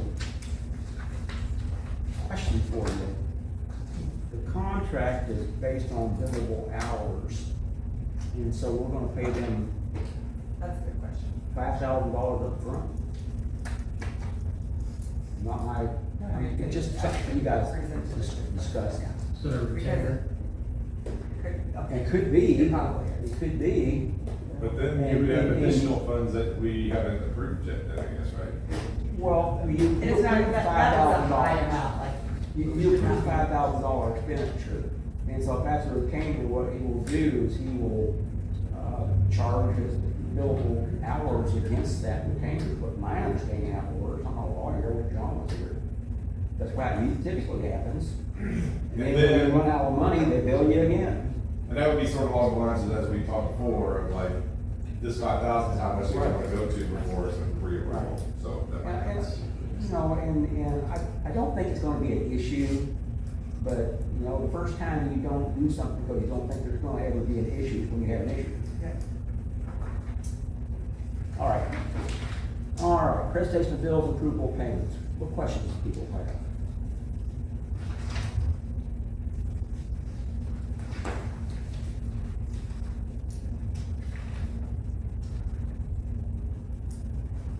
Yeah, the Marco, copier is $180 a month.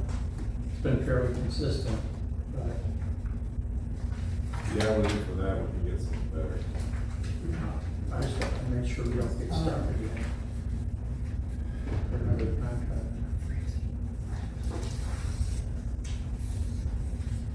I'll make a motion to approve this, that's the one that's on the list. Okay, I'll make a motion. Second. Vote second on the floor, approve bills payable, all in favor say aye. Aye. All opposed say nay. Ayes have, motion carried. Unfinished business?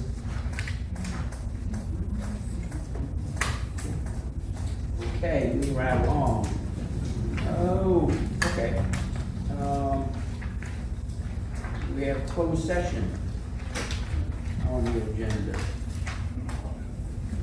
The agenda of this meeting also includes the vote to close part of this meeting pursuant to RS 610.0.021.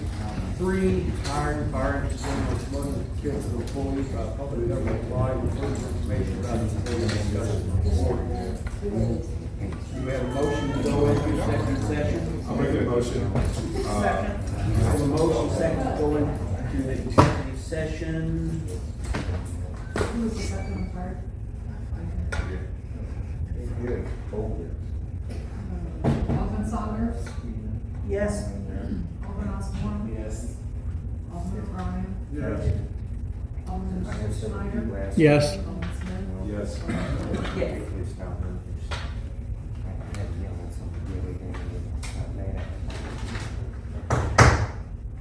We are now in closed session.